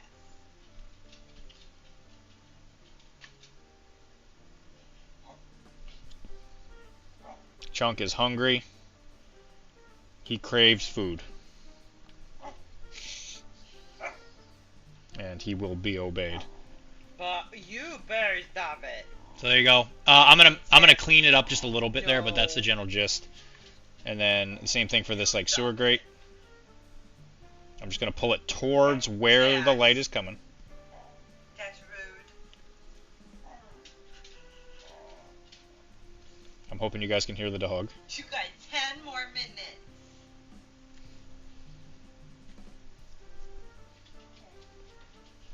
He gets weird when both of us are home, because when we're both home at this time of day, he's usually getting fed. He also doesn't like it when we both sit here and paint. That's a new thing for him. And again, here we go, leaving that brown there, right on like the far away part, just to give it some definition there. Then I'm just gonna go pure white personally, and mix it with some of that yellow. Cause I'm crazy. I'm just a crazy guy. We're gonna say, I just love it. And then give it the highlights at the very edges. Give it a little pull down here.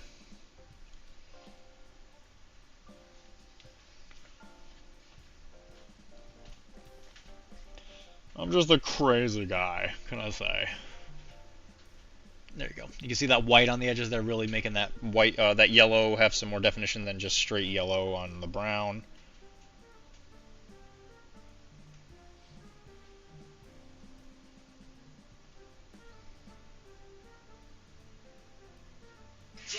Bless you. And there you go. Same concept. Again, kind of gives it a little more definition. Now I'm going to take the brown again. Really, really watered down, and I'm gonna take it like middle of the area that's been getting painted, and I'm just gonna drag it towards the dark spots, just to help clear up any of the transition lines. And if there's some, well, you know, whatever. If somebody's looking that close, I don't know what else they were expecting to find. Same thing here, basic concept. Gonna take it about midway on each of the sides of the sidewalk thing, and drag it towards the middle, because we're just trying to clean up the transition line between the yellow and the brown, and to some extent the highlight too. So this is pretty watered down, obviously, because we're just looking to tint. We're not looking to paint it, I guess. And you can see there's still a pretty harsh line there. That's fine though. We'll just hit it a couple more times.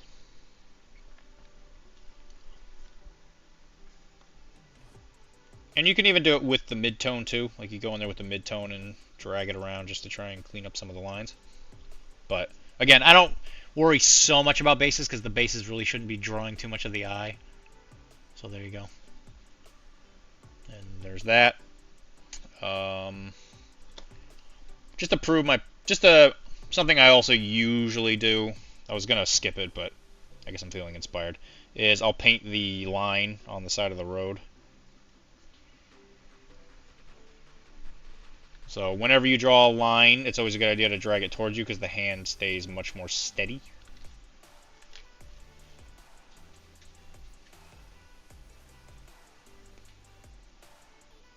And it's a great way to make the pavement look way more realistic. She's in Night City. Night City's a dirty, dirty place.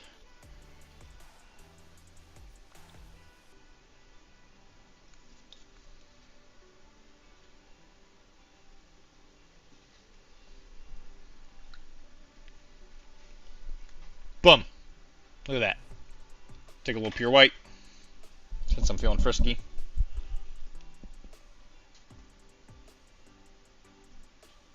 kind of hit the edges of it with some of that white just to make it pop more towards the edge. And then just like, you know what, and we're gonna end with exactly how we started. We're gonna go back, take some of that dark blue, and we're gonna highlight this white by, or shade this white by just spilling some dark blue right there in the middle, just to give it a little bit of shade, a little bit of color variation. And bam, look at that, man. We went from beginning to end on that one. Feels good to be a gangster. And that's a finished model. Oh wait, I gotta do the eye. So micro pen.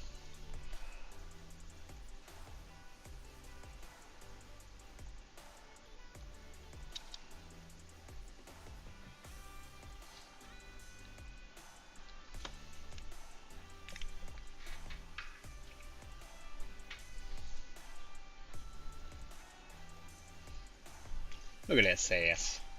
Look at that sassy face. She over there like, girl, what you doing over there? Girl? Girl? There you go. That's a model.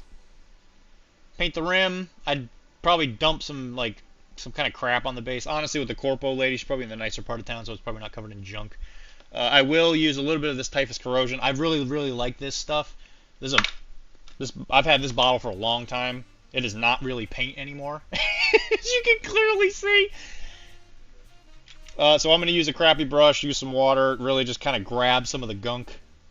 And this is going to be like an icky, dark, like poopy brown, I guess. And I just stain certain parts of the model to make it look like dirt accumulation.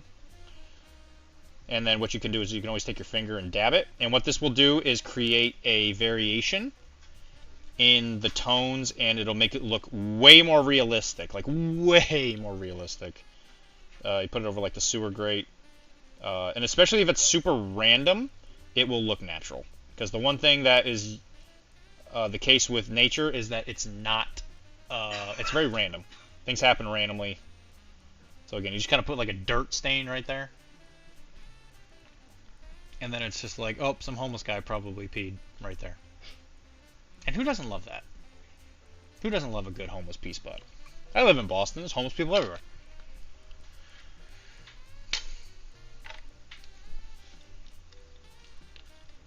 And then we take some black. Oh, I already got black. And we're just going to paint the base rim, because that's, as soon as you do that, that is when the model is actually done.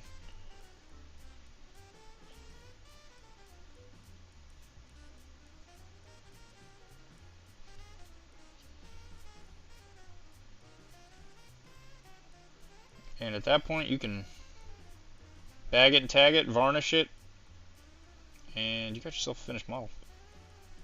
And you can show it to your parents, and they'll ask you how you found their new address. And they said that the restraining order is still in effect. Please leave, and don't hurt me. And you'll be like, but look at my paint job. And they'll be like, that's a pretty good paint job, actually.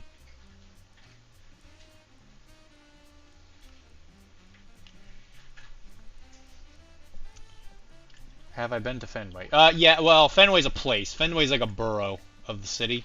If you mean the actual like stadium, I don't think I've been to Fenway for music. Like I've gone there for Billy Joel concerts, but I haven't gone there for an actual baseball game yet. Sports up here is very expensive. The one downside of having good teams is that you have to pay a lot. You have to pay a lot to go watch them. So like watching the Red Sox and the Bruins is not cheap.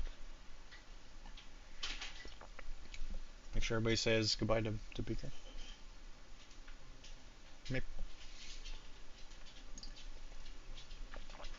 Alright guys, well, there you go.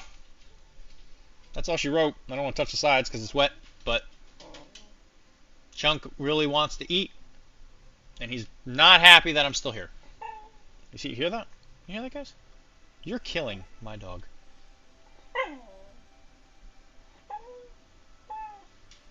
I agree, but yeah, Fenway is a very nice park.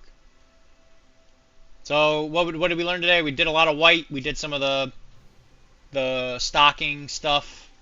stocking stuffers, if you know what I'm saying, Fryman. And then we did some different textures with the exact same color. So the red, if you're going to do something more of an unsaturated red, we did that. And then there's also more of a saturated red if you're going to do stuff like the collar and the shirt and all that stuff. And then we did strawberry blonde. That was fun. Well, there you go. All right, guys. Well, I'm going to varnish her. We might do a lot of the same stuff tomorrow, except I'll do it on these army men, and it'll be a lot more mass-produced, I guess. And then God, that dog is insane. Or we might just paint the Shatterpoint stuff so I can finish it and get it out of my life. Because recently is a time of growth. I might work on that tonight or something like that, if whatever. But guys, it's been a privilege. I really appreciate anybody that resubbed. If you want to help me out, Showed up and just hung with us. or just hung, yeah, I love you guys.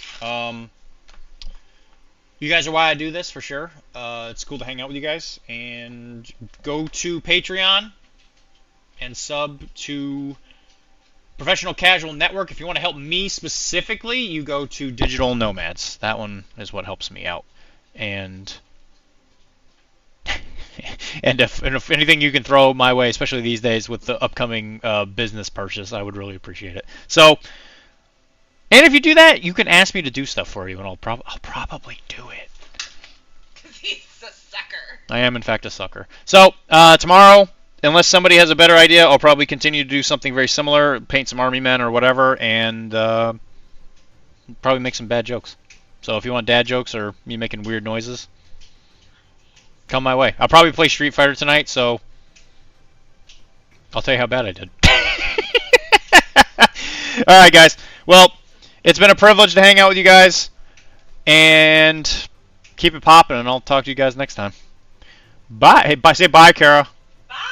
Bye! Tizzy, I hate to say it, but I think Magneto's probably the weakest of the... Jesus. I'm not sure I'm allowed to legally say this. I love Mommy. Thank you for the follow. I'm not sure if I'm not... It's Domino. Gotta love her. That's a funny Domino. clip, actually. Orders usually in 30 minutes. Goals You get down. 10 pizza points every time you play her. Domino is definitely a